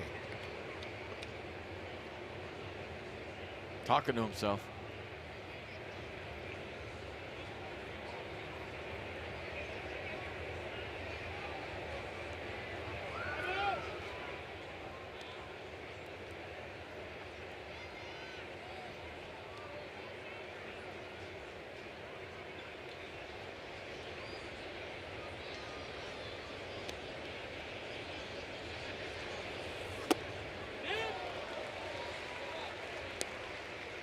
Started his swing, tried to hold up, realized it was going to break below the zone.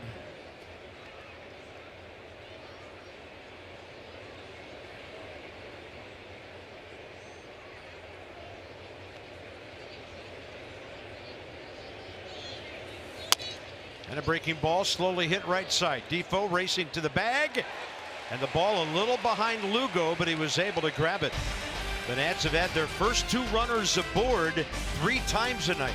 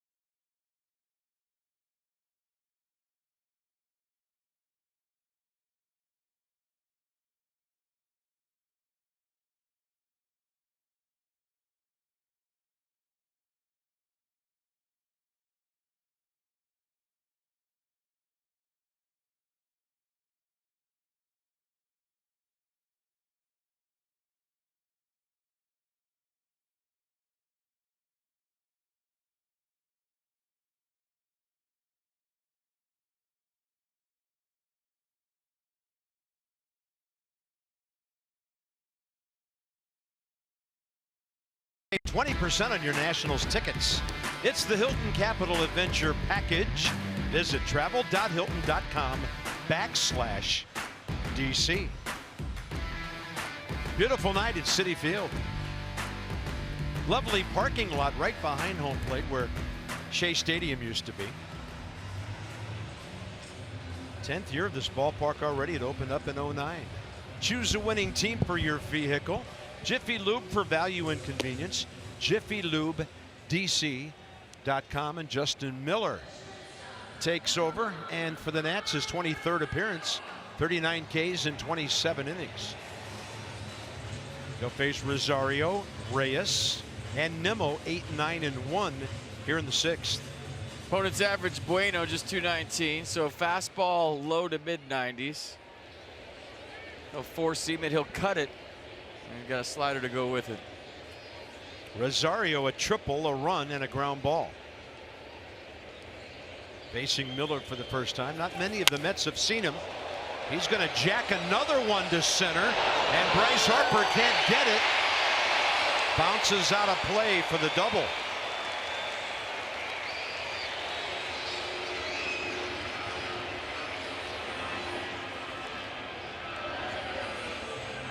Well, there was some in town questioning the fact that Ahmed Rosario didn't start last night against Max Scherzer. And the sentiment I heard was that they didn't want him to face Scherzer because he's young. And you see why tonight they were questioning a couple of doubles, or a triple and a double. He's 1 for 2 career against Scherzer, but didn't find his way into the ball game until he hit into a double play to end it last night.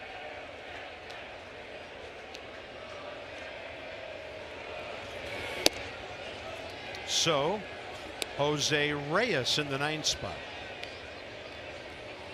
His first at bat against Miller. I guess there's two ways to go about that. One, you're trying to not ruin his confidence, but this is the big leagues, and I feel like you want to face the best to see where you're at, where how you stand against them. I'm with you, man. Find out a lot about a young player in situations like that. Mets box, 3 runs, 4 hits, and that was in the first 9 batters. Tanner Roark settled things down with scoreless innings in the 3rd, 4th, and 5th. And then when you get older, you learn how to duck them. you know, you tight hammy, you go into the skipper's office, and you're like, ah. Either that or you're in there and you're really starting your swing early. I'd love to play tonight, Skip, but my hammy's barking. My hamstrings are, my hamstring's a little sore. Yeah, but when you're young, you don't care. Half the time you don't even care who's pitching. You're just glad you're playing. 2-1 to Jose Reyes.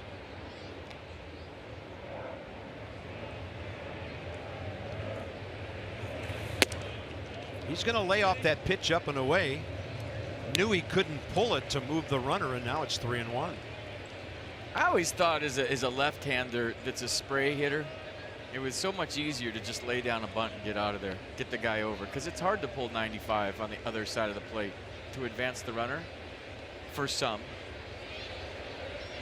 Just lay one down and get some high fives. He will hit a fly ball to center on a fastball, and that will not be productive for the Mets. A lot of white showing as Bryce Harper almost had that thing pop out.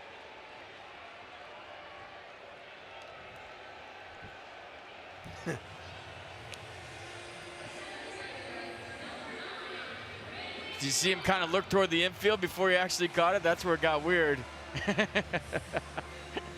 It's cool because he caught it. But then an immediate reaction and a smile from Bryce. Sometimes you get the glove in front of your eyes, and then every once in a while you start to peek to see if the runner's actually tagging. But that's when the off outfielders can really help. Just kind of cruise over and just say, no, no, no, no, he's not tagging, just so you know. Or even an infielder running out there. Brandon Nimmo. He's already spread out with no count. And the runner going, throw is low. And because Rendon's glove pops up with the throw, Rosario gets in under it. So even with a lefty hitting and Brandon Nimmo, Rosario decides to take off, and he got some kind of jump right there. Didn't have a big lead. It would have been close if the throw was in the air. Nice scoop by Anthony Rendon to save a run.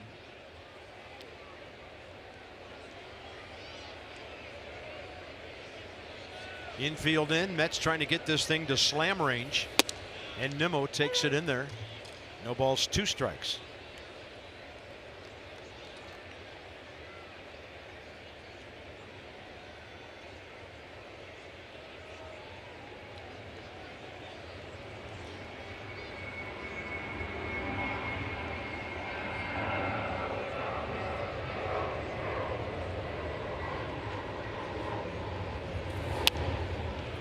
You can see how short his swing was there.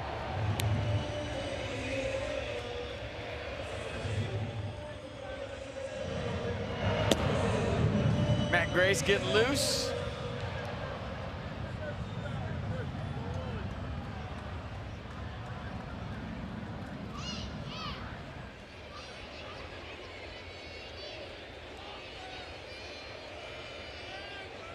Oh, 2 again to Nimmo. Did he lay off? Again, John Lipka says did he, and Bill Miller says no. I think Grace is getting loose for Conforto because Cabrera's splits are the same. 282 right, 283 left.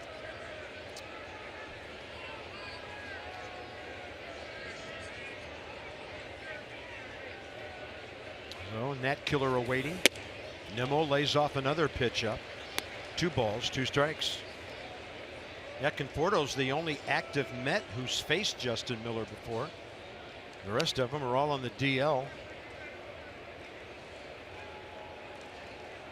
4-1 New York, bottom of the 6th.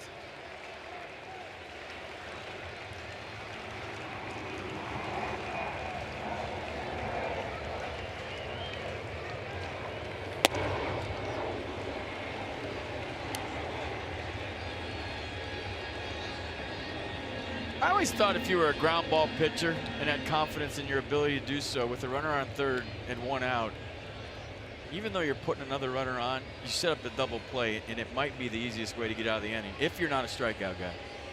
As you mentioned, Cabrera's hit into a dozen double plays this year. So here comes the 3-2 pitch of decision. I don't think Justin Miller's a ground ball guy, though. He's got the exploding fastball late. Slider's a power slider, too, so those are more fly ball strikeout pitches.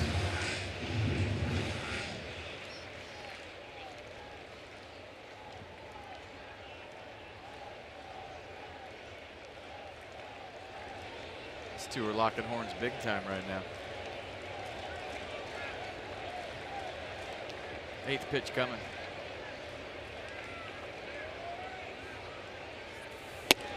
Fastball up and away, overmatches Nimmo for the second out. Kind of an emergency hack right there by Brandon, and the disappearing invisible fastball once again from Justin Miller. Watch. Exploding late. Swing was kind of an afterthought. Oh, I better swing. That looks close. And it was far too late at 95. Next up as Drupal Cabrera. So Derek Lilliquist to the mound, infield gathering. They might be talking about, I like your fastball versus Jose Bautista better than this matchup. And just, hey, be careful here, throw your pitch. Trust your catcher to block anything in the dirt. And see if he's aggressive early with your pitch.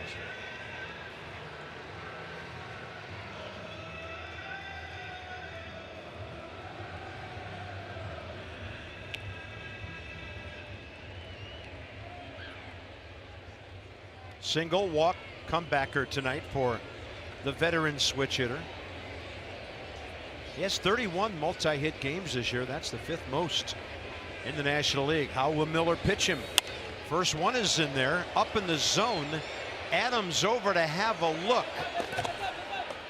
And right to the top of the dugout.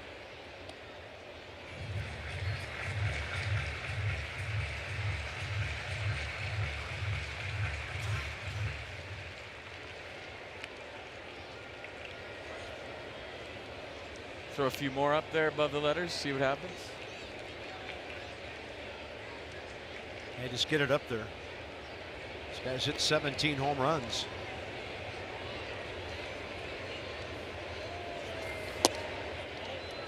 Changeup.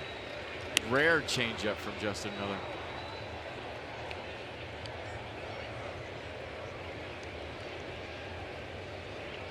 Diamondbacks have picked up a run in Atlanta. They're tied in the 6th, 1-1.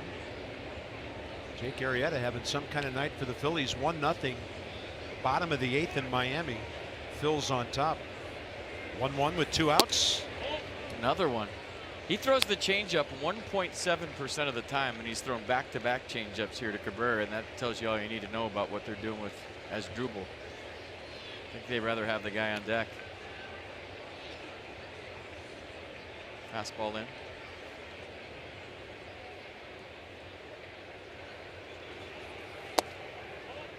Yeah, this is a pitch around.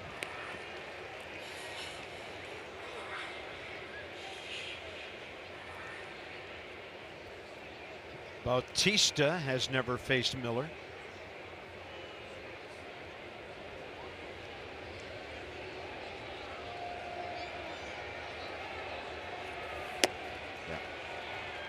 Corner situation, 2 outs.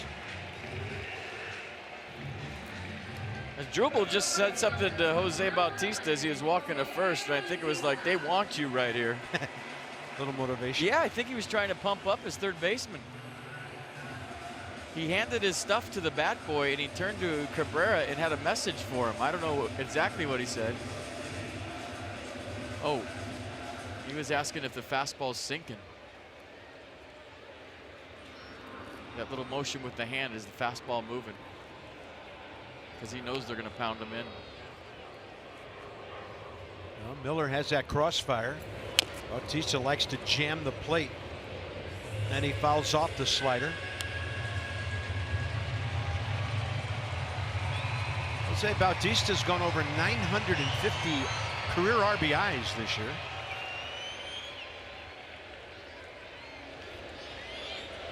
'47th game as a Met.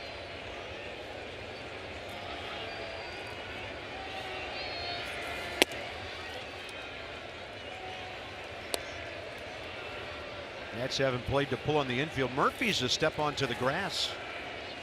Slightly out to the right of second base. Harper about 5 steps toward the left center gap.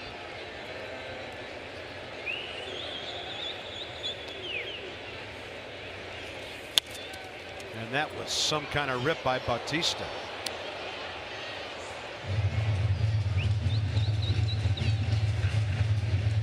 That's how you should swing if you feel like they walk somebody to get to you.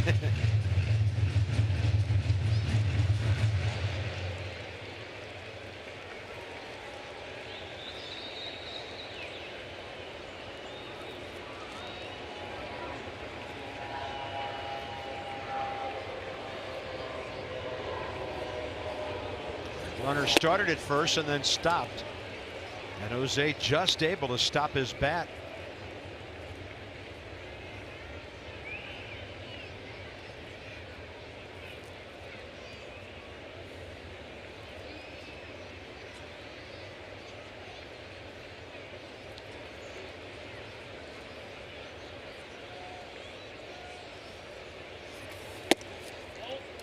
Three and two.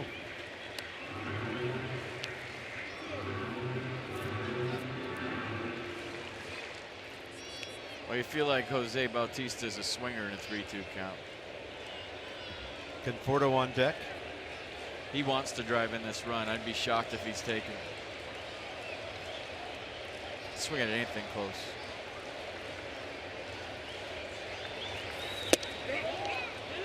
He went. Alan Porter confirms from first base on the appeal. And the Mets are done in the 6th, so they don't do a good job of getting what would have been a very important run home for them.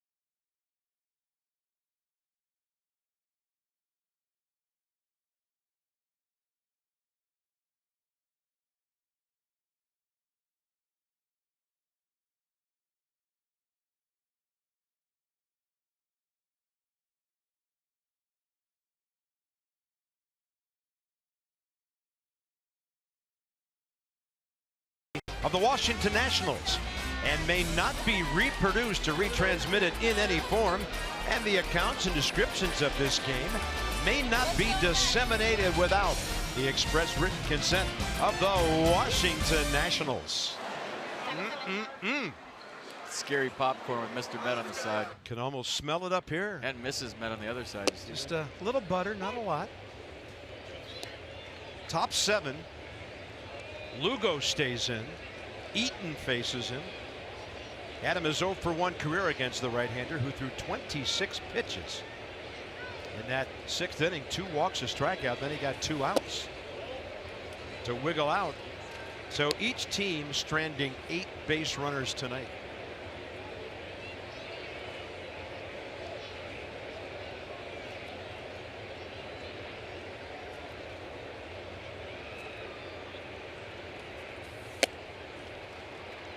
Tough to catch up with that upstairs.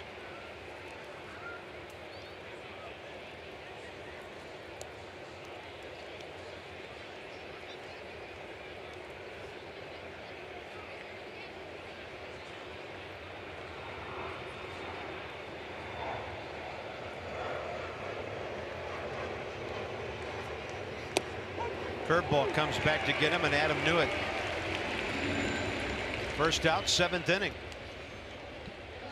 All right, the Yards and Capitol Riverfront will host the family-friendly All-Star Summer Riverfront Festival at Yards Park. That's presented by Coca-Cola.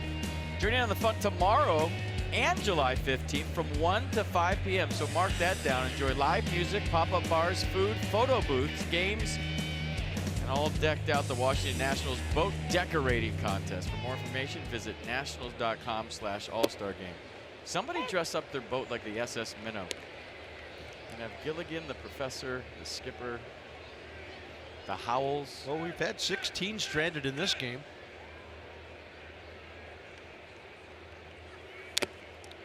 Wow. Fastball up and in, and Soto's has like a line drive straight back.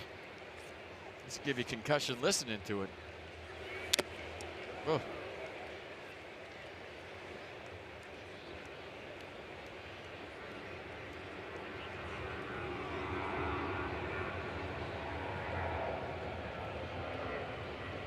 Soto 1 for 3.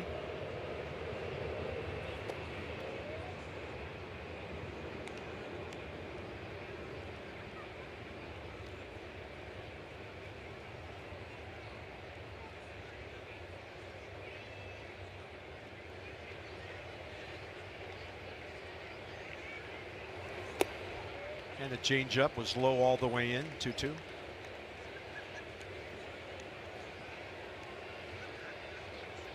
Juan was signed with the Nats in 2015. Didn't play that summer because he signed late. Tore up the Gulf Coast League the following year, then hit .429 at low A ball. He was on his way. Oh, that's nasty. Seth Lugo. He had Soto kind of chopping at that ball just to try to make some contact. Third strikeout. Rendon is next, 1 for 3. Nats have had 2 hits since the 3rd inning.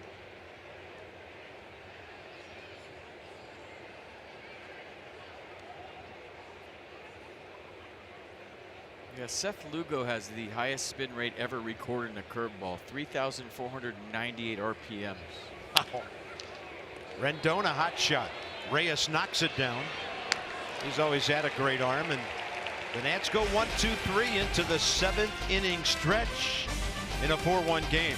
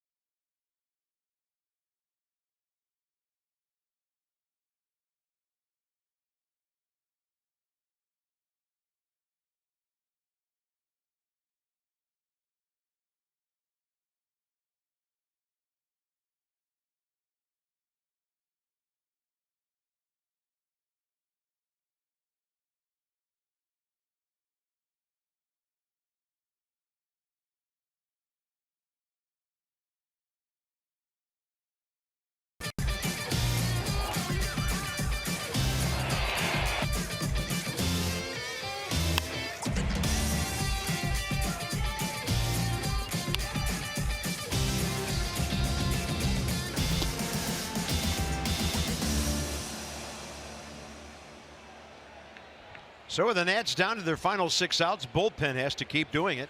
Choose a winning team for your vehicle. Jiffy Lube for value and convenience. JiffyLubeDC.com, and it's Matt Grace for the Nats as he takes over here in the bottom of the 7th with our Jiffy Lube pitching change. And for the 29-year-old lefty, 27th appearance. And this ball dropping, and in front of Soto off the bat of Conforto to lead off the bottom of the 7th. And Michael Conforto now is 1 for 4 career against Matt Grace. Yeah, 2-seam fastball, slider, occasional change from Matt. Ground ball's his thing. He's going to try to get one right here. But he's been doing well. Been putting up some goose eggs a lot lately. When you look at his game log, 1, 2, 3, 4, 5, 6 of his last 7 outings have been goose eggs, and 7 of his last 9. Well, that's a 2-hopper, and Defoe muffs it, and it costs the Nats the double play. 2 hops right to him, and that puts a runner in scoring position on a fielder's choice. So 6-3 on the out, Mesoraco next.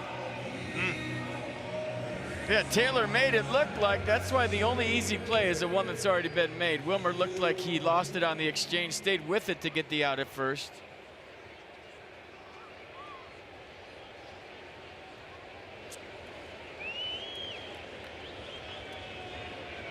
There's Mesoraco, 1 for 3 with an opposite field RBI single.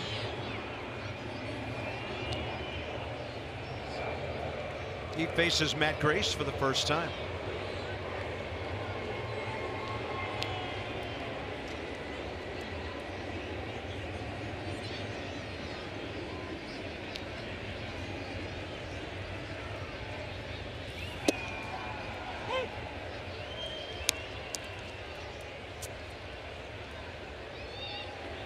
If the Nats don't turn a double play, Ty Kelly will bat for the pitcher. And there'll have to be a line drive double play as the announcer tries to bail himself out of that one. 1-1. Robert Gesellman next in line. Seth Lugo just threw 2 scoreless innings for them. 3 strikeouts, 2 walks.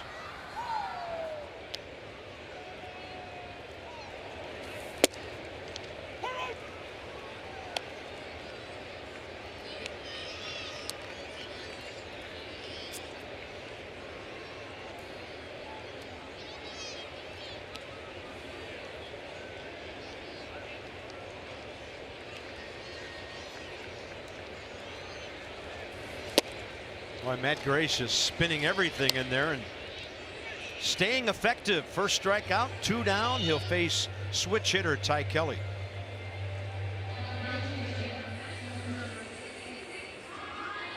It's a slow slider at 82.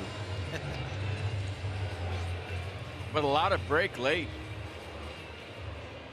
So we should be out of the inning, but trying to pitch around trouble.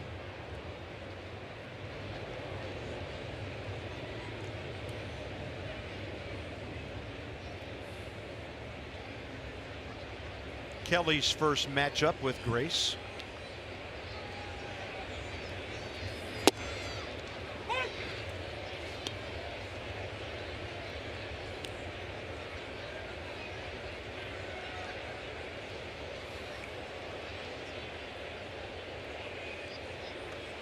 The closed stance.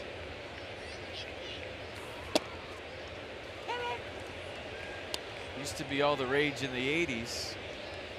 Giancarlo trying to bring it back, and Ty Kelly Yeah. with the closed stance. Everybody had closed stances in the 80s. Maybe that's what you should dress up as, and that's part of closed stance. For 80s night, I like it. 80s night, yeah.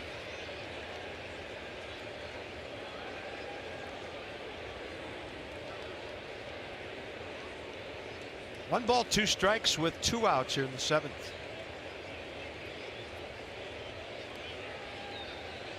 I think of Don Baylor when I think of a closed stance. Yeah.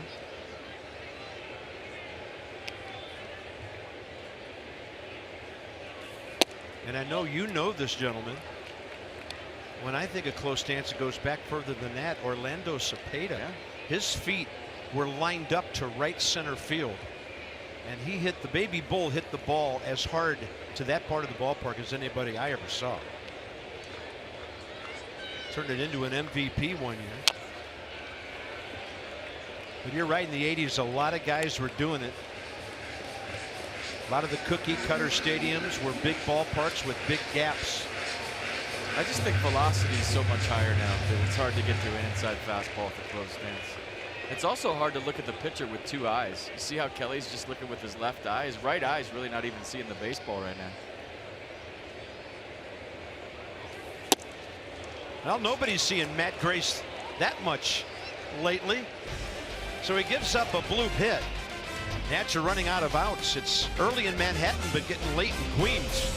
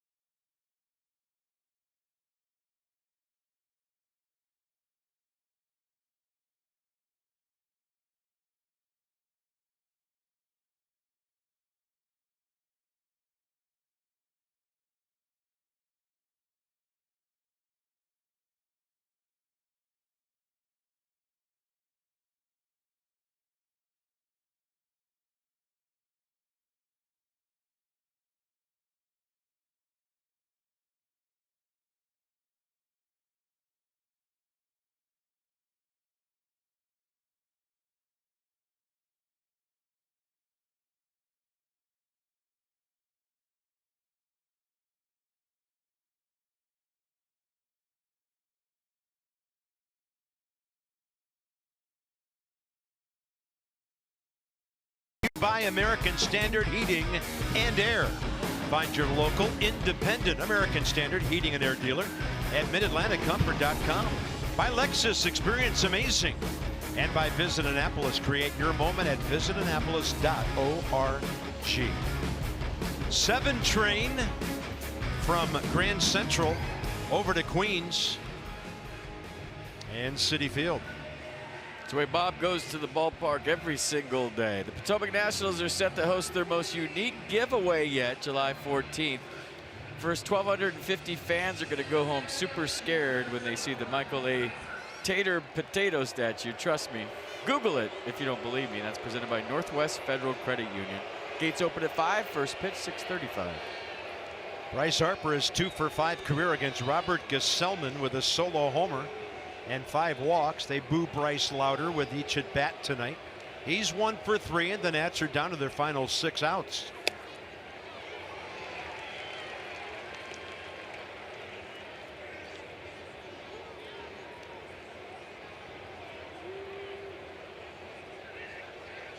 Gesellman exclusively a reliever this year. He's made 29 big league starts, 43rd appearance. Harper gashes one, and that's caught on the hop by Wilmer Flores, who takes it to the bag.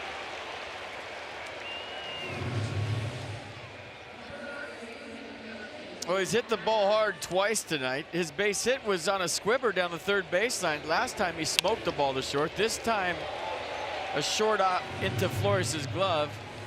You remember the home run last night. So some good swings for Bryce. Nothing to show here.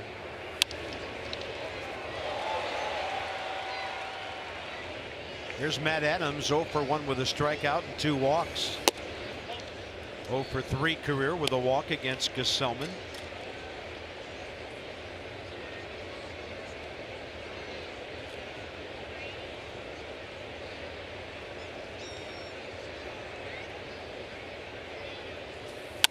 He got a fastball. See you later. Upper deck out of here in an instant. And it's a 4-2 game on Adams' 14th home run.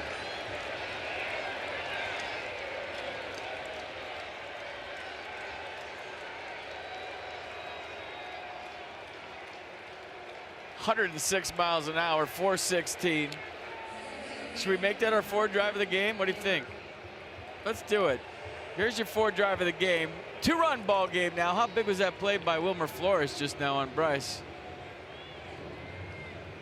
I mean, you couldn't even get "see you later" out. That ball had already hit the stands, ricocheted around before you could even say it. It was hit so hard. Hurry your local Ford dealers for great savings on cars, trucks, and SUVs. Murphy doesn't get a fastball. Nasty hook for a strike. But Daniel is 5 out of 8 career against Gesellner. Breathtaking power by Matt Adams. Yeah, that was a bolt.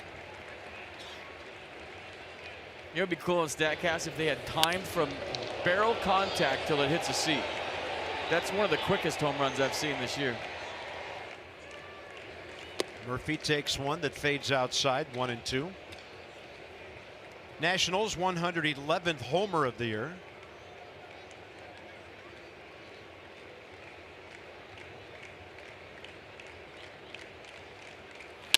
They want to jam Murphy and hit it hard. Picked off by Gesellman, 2 outs. Good swing. 3 hard hit balls in this inning.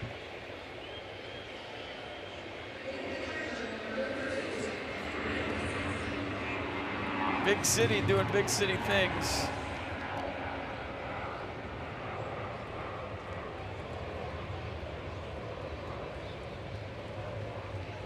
Shift on for Wieters. Matt 0 for 3. Did that Facebook game with Sean Casey the other day. He loves Matt Adams. He talked about him before the game, during the game, and after the game. He absolutely thinks he's the greatest. I told him he is. I said, "Did you say hi to him?" He said, "No." And Wieters out to right center. Over to get it, Bautista. So the Nats get 1 back on the rocket by Adams, but they'll trail by at least 2 into the 9th.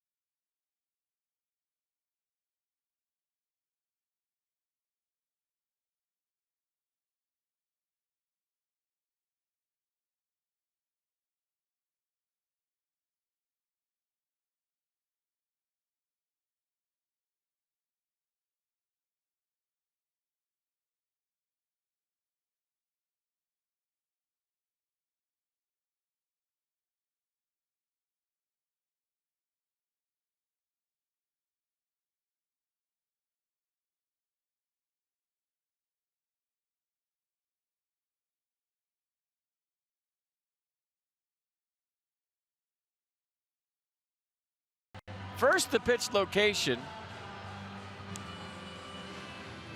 Right down Broadway. There's the Expo of the swing, and I asked how fast it got out of here. This is how good StatCast is. Check it out. Hang time, 5 seconds. Upper deck.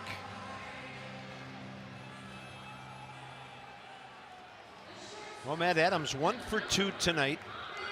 He's 10 for his last 30 in 9 games since coming off the DL. Sean Kelly to face 8, 9, and 1 and keep this thing a 2-run game. for the 34-year-old right-hander, 31st appearance. And he's trending really well lately.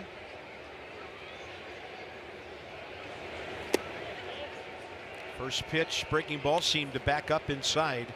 On Ahmed Rosario's had a good night. Triple, double, a run, a steal.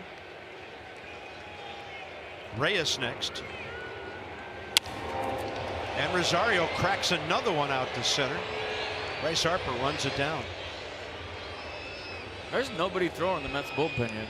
Yeah, I was just looking at that. Gesellman, they went with Lugo for 2 innings, so I wonder if both Swarzak and Familia are unavailable tonight, even though Anthony Swarzak didn't pitch last night. We'll see if somebody pops up. Jerry Blevins. There's Swarzak, who was their big offseason acquisition. They better hurry if Reyes swings at the first pitch. Seriously. And of course, Blevins gave up the decisive home run to Bryce last night.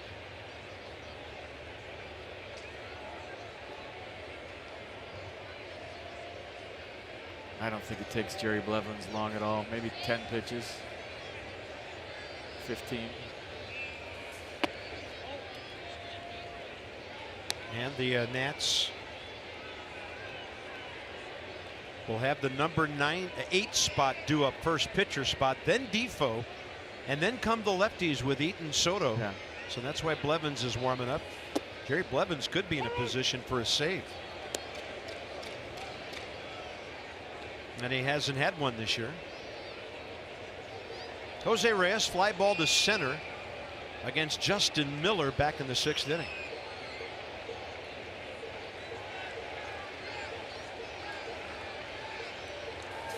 One, two, and he looks it all the way in to even the count.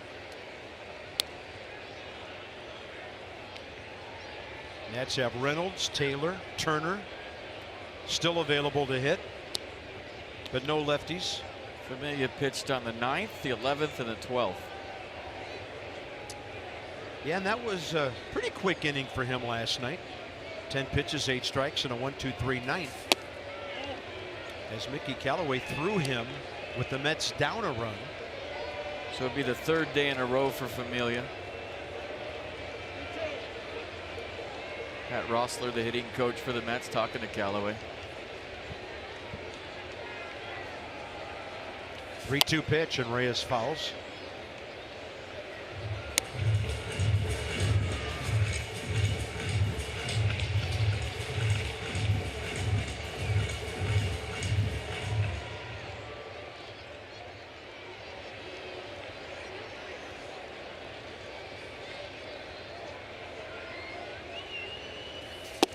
Right in there on the inside edge. 2 down. Reyes gave up on it. Yeah, paint here from Sean Kelly. 4-seamer right on the black. First strike 3. Washington area Toyota dealers help children and their families by making a $44 donation to the Children's Inn at NIH for every strikeout by a Nats pitcher this year. Phillies have just completed a 2-0 shutout at Miami behind Arrieta tonight. So the Nats need to come back and win to stay 5.5 back of them. Braves are trailing at home, 7th inning, 2-1 to the Diamondbacks. Bill Miller's on edge tonight. I mean, everything. Just, I mean, maybe he didn't get a lot of sleep last night. He's been a grouch face down there at third all night. Somebody said something to Doug on the check swing, and he looked in there and was chirping. And now he's breathing deep. Count to 10. 1, 2, 3. 0-2 to Brandon Nimmo.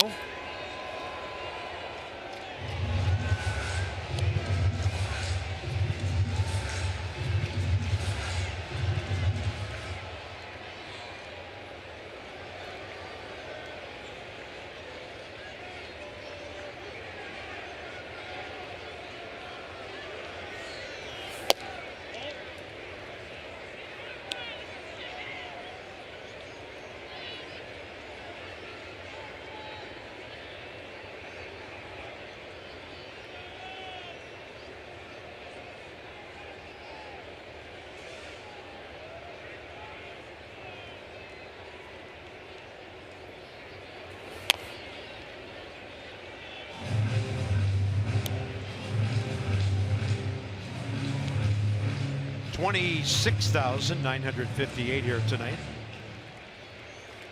Mets have had a nightmare at home this year. 17-31, losing 20 of their last 25. But they're trying to beat the Nationals for the 5th time in 8 games. Nimmo spins one up the middle for his 2nd base hit of the night. Actually make it 3rd. So he's aboard. And we'll see if they decide to do something with him on the move with Asdrubal Cabrera coming in. Yeah, Daniel Murphy playing Nimmo to pull, goes to his right. He's thinking about diving. You remember Murph was flying all over the place last night, and I always thought when you're coming back from an injury, the second night was the toughest. Chiefing it out. The back-to-back games. Matt Wieters has caught 7 of 18 opposing base runners coming into tonight. He had no chance on the low throw that Rosario stole on back in the 6th. Nimmo, meanwhile, 7 of 11 stealing. Mets not a running ball club, but he is probably their best guy on the move. Murphy well out into right on this shift. Wilmer Difo would come straight forward to accept the throw from the catcher.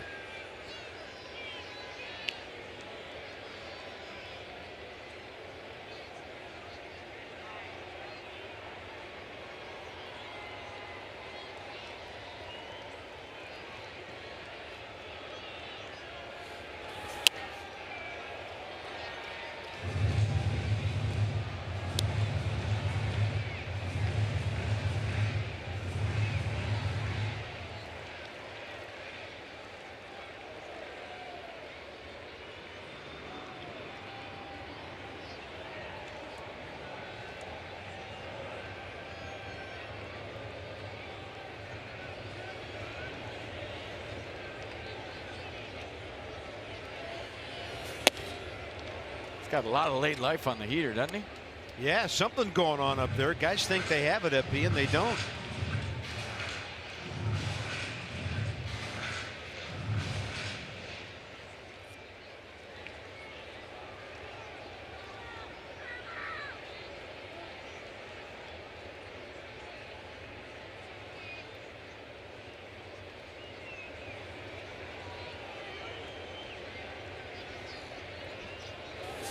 One, two, and look out.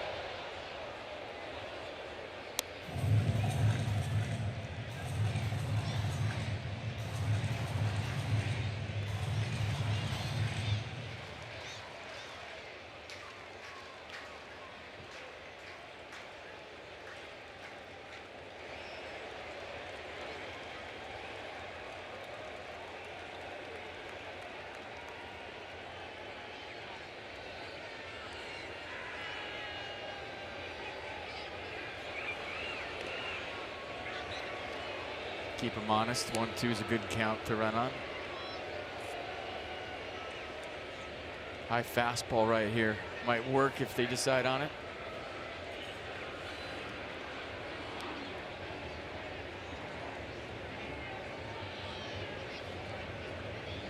Counts 1 and 2.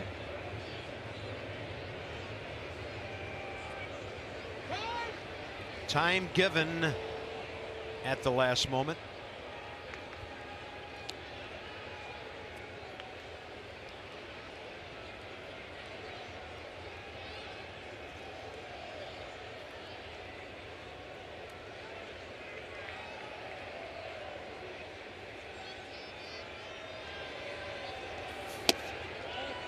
Two and two.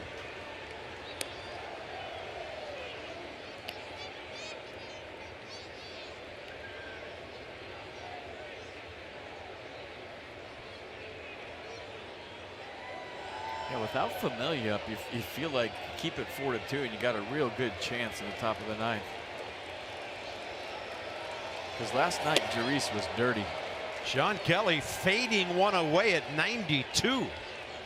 So he gets a scoreless 8th. Here we go. It'll be a pinch hitter, then Difo and Eaton scheduled in the ninth.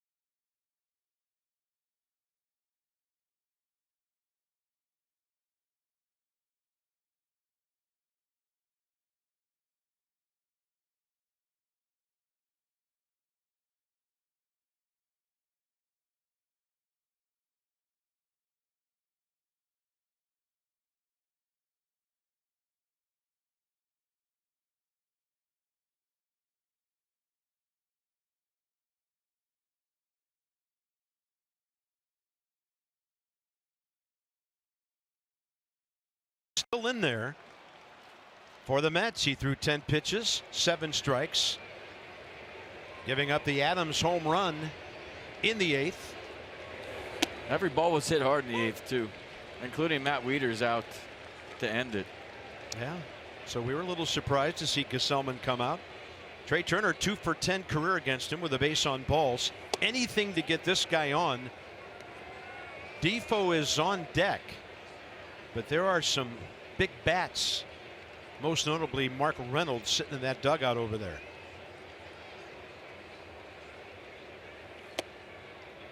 On the front door with 89, strike 2.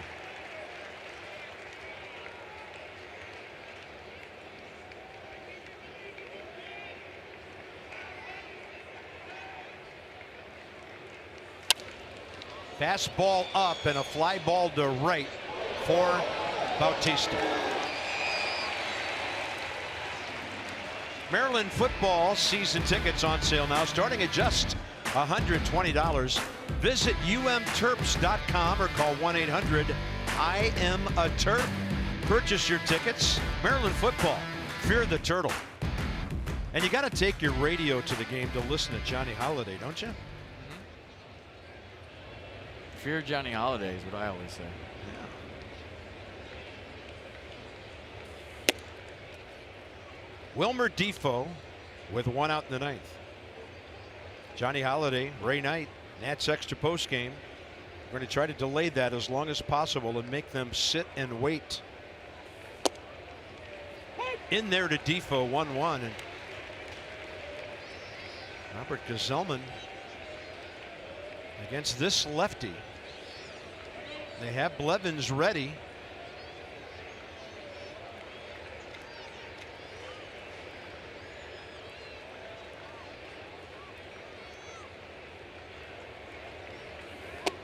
And he'll drop that one in, strike 2.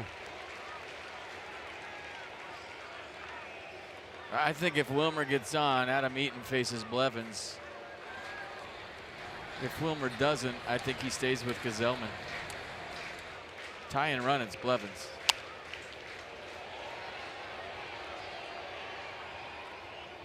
And obviously they wanted Wilmer to hit left-handed, not right-handed here. Yeah, Wilmer splits this year. Of course, you get a lot more left-handed at-bats than you do right-handed. It's a big difference. 189 righty, 271 lefty, but they like the way Gesellman's throwing the ball, evidently. And out for a second inning, he comes.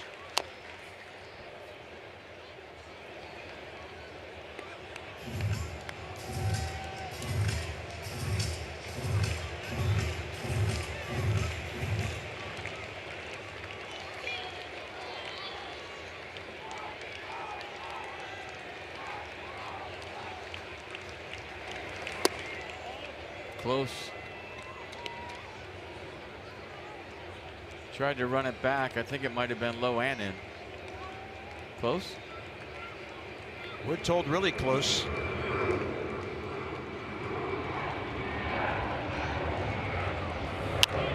Defoe hanging in there with 1 out here in the 9th. Devin Mesoraco telling Gesellman to stay through it with his arm motion, and then the way he threw it back to Gesellman. He's saying stay on top, stay through it.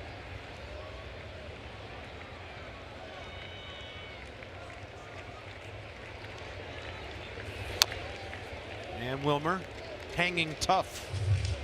Fighting.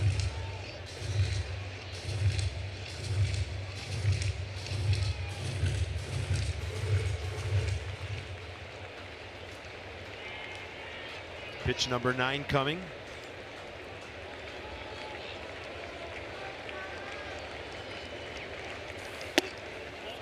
And now the count full.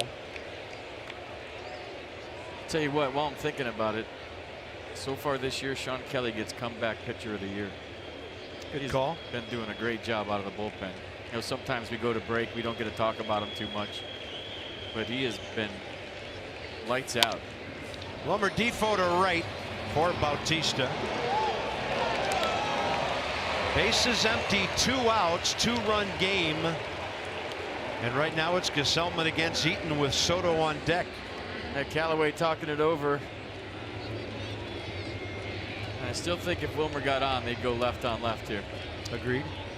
But then you got Michael A. Taylor lurking too, and we've seen Davey Martinez pinch hit for Adam Eaton before. Adam Eaton 2 for 4 tonight, and 3 hits in the series. Against Robert Gesellman, Adam is 0 for 1. It should be a spirited at-bat, you'd think. Anything he can do to scrape and fight his way aboard here. He's going to line one to center, but it's going to stay up, and the Mets win it on a line drive to Nimmo. The Nationals get 1 hit after the 5th inning and just 3 hits after the 3rd inning, and drop game 2 to New York 4-2.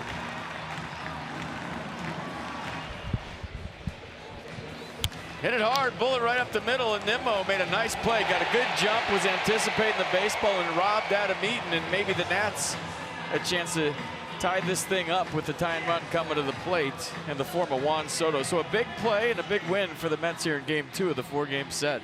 Nationals strand 8, and the Mets are now 5-3 against our ball club this year. Final wrap up after a 254 game in New York in a moment.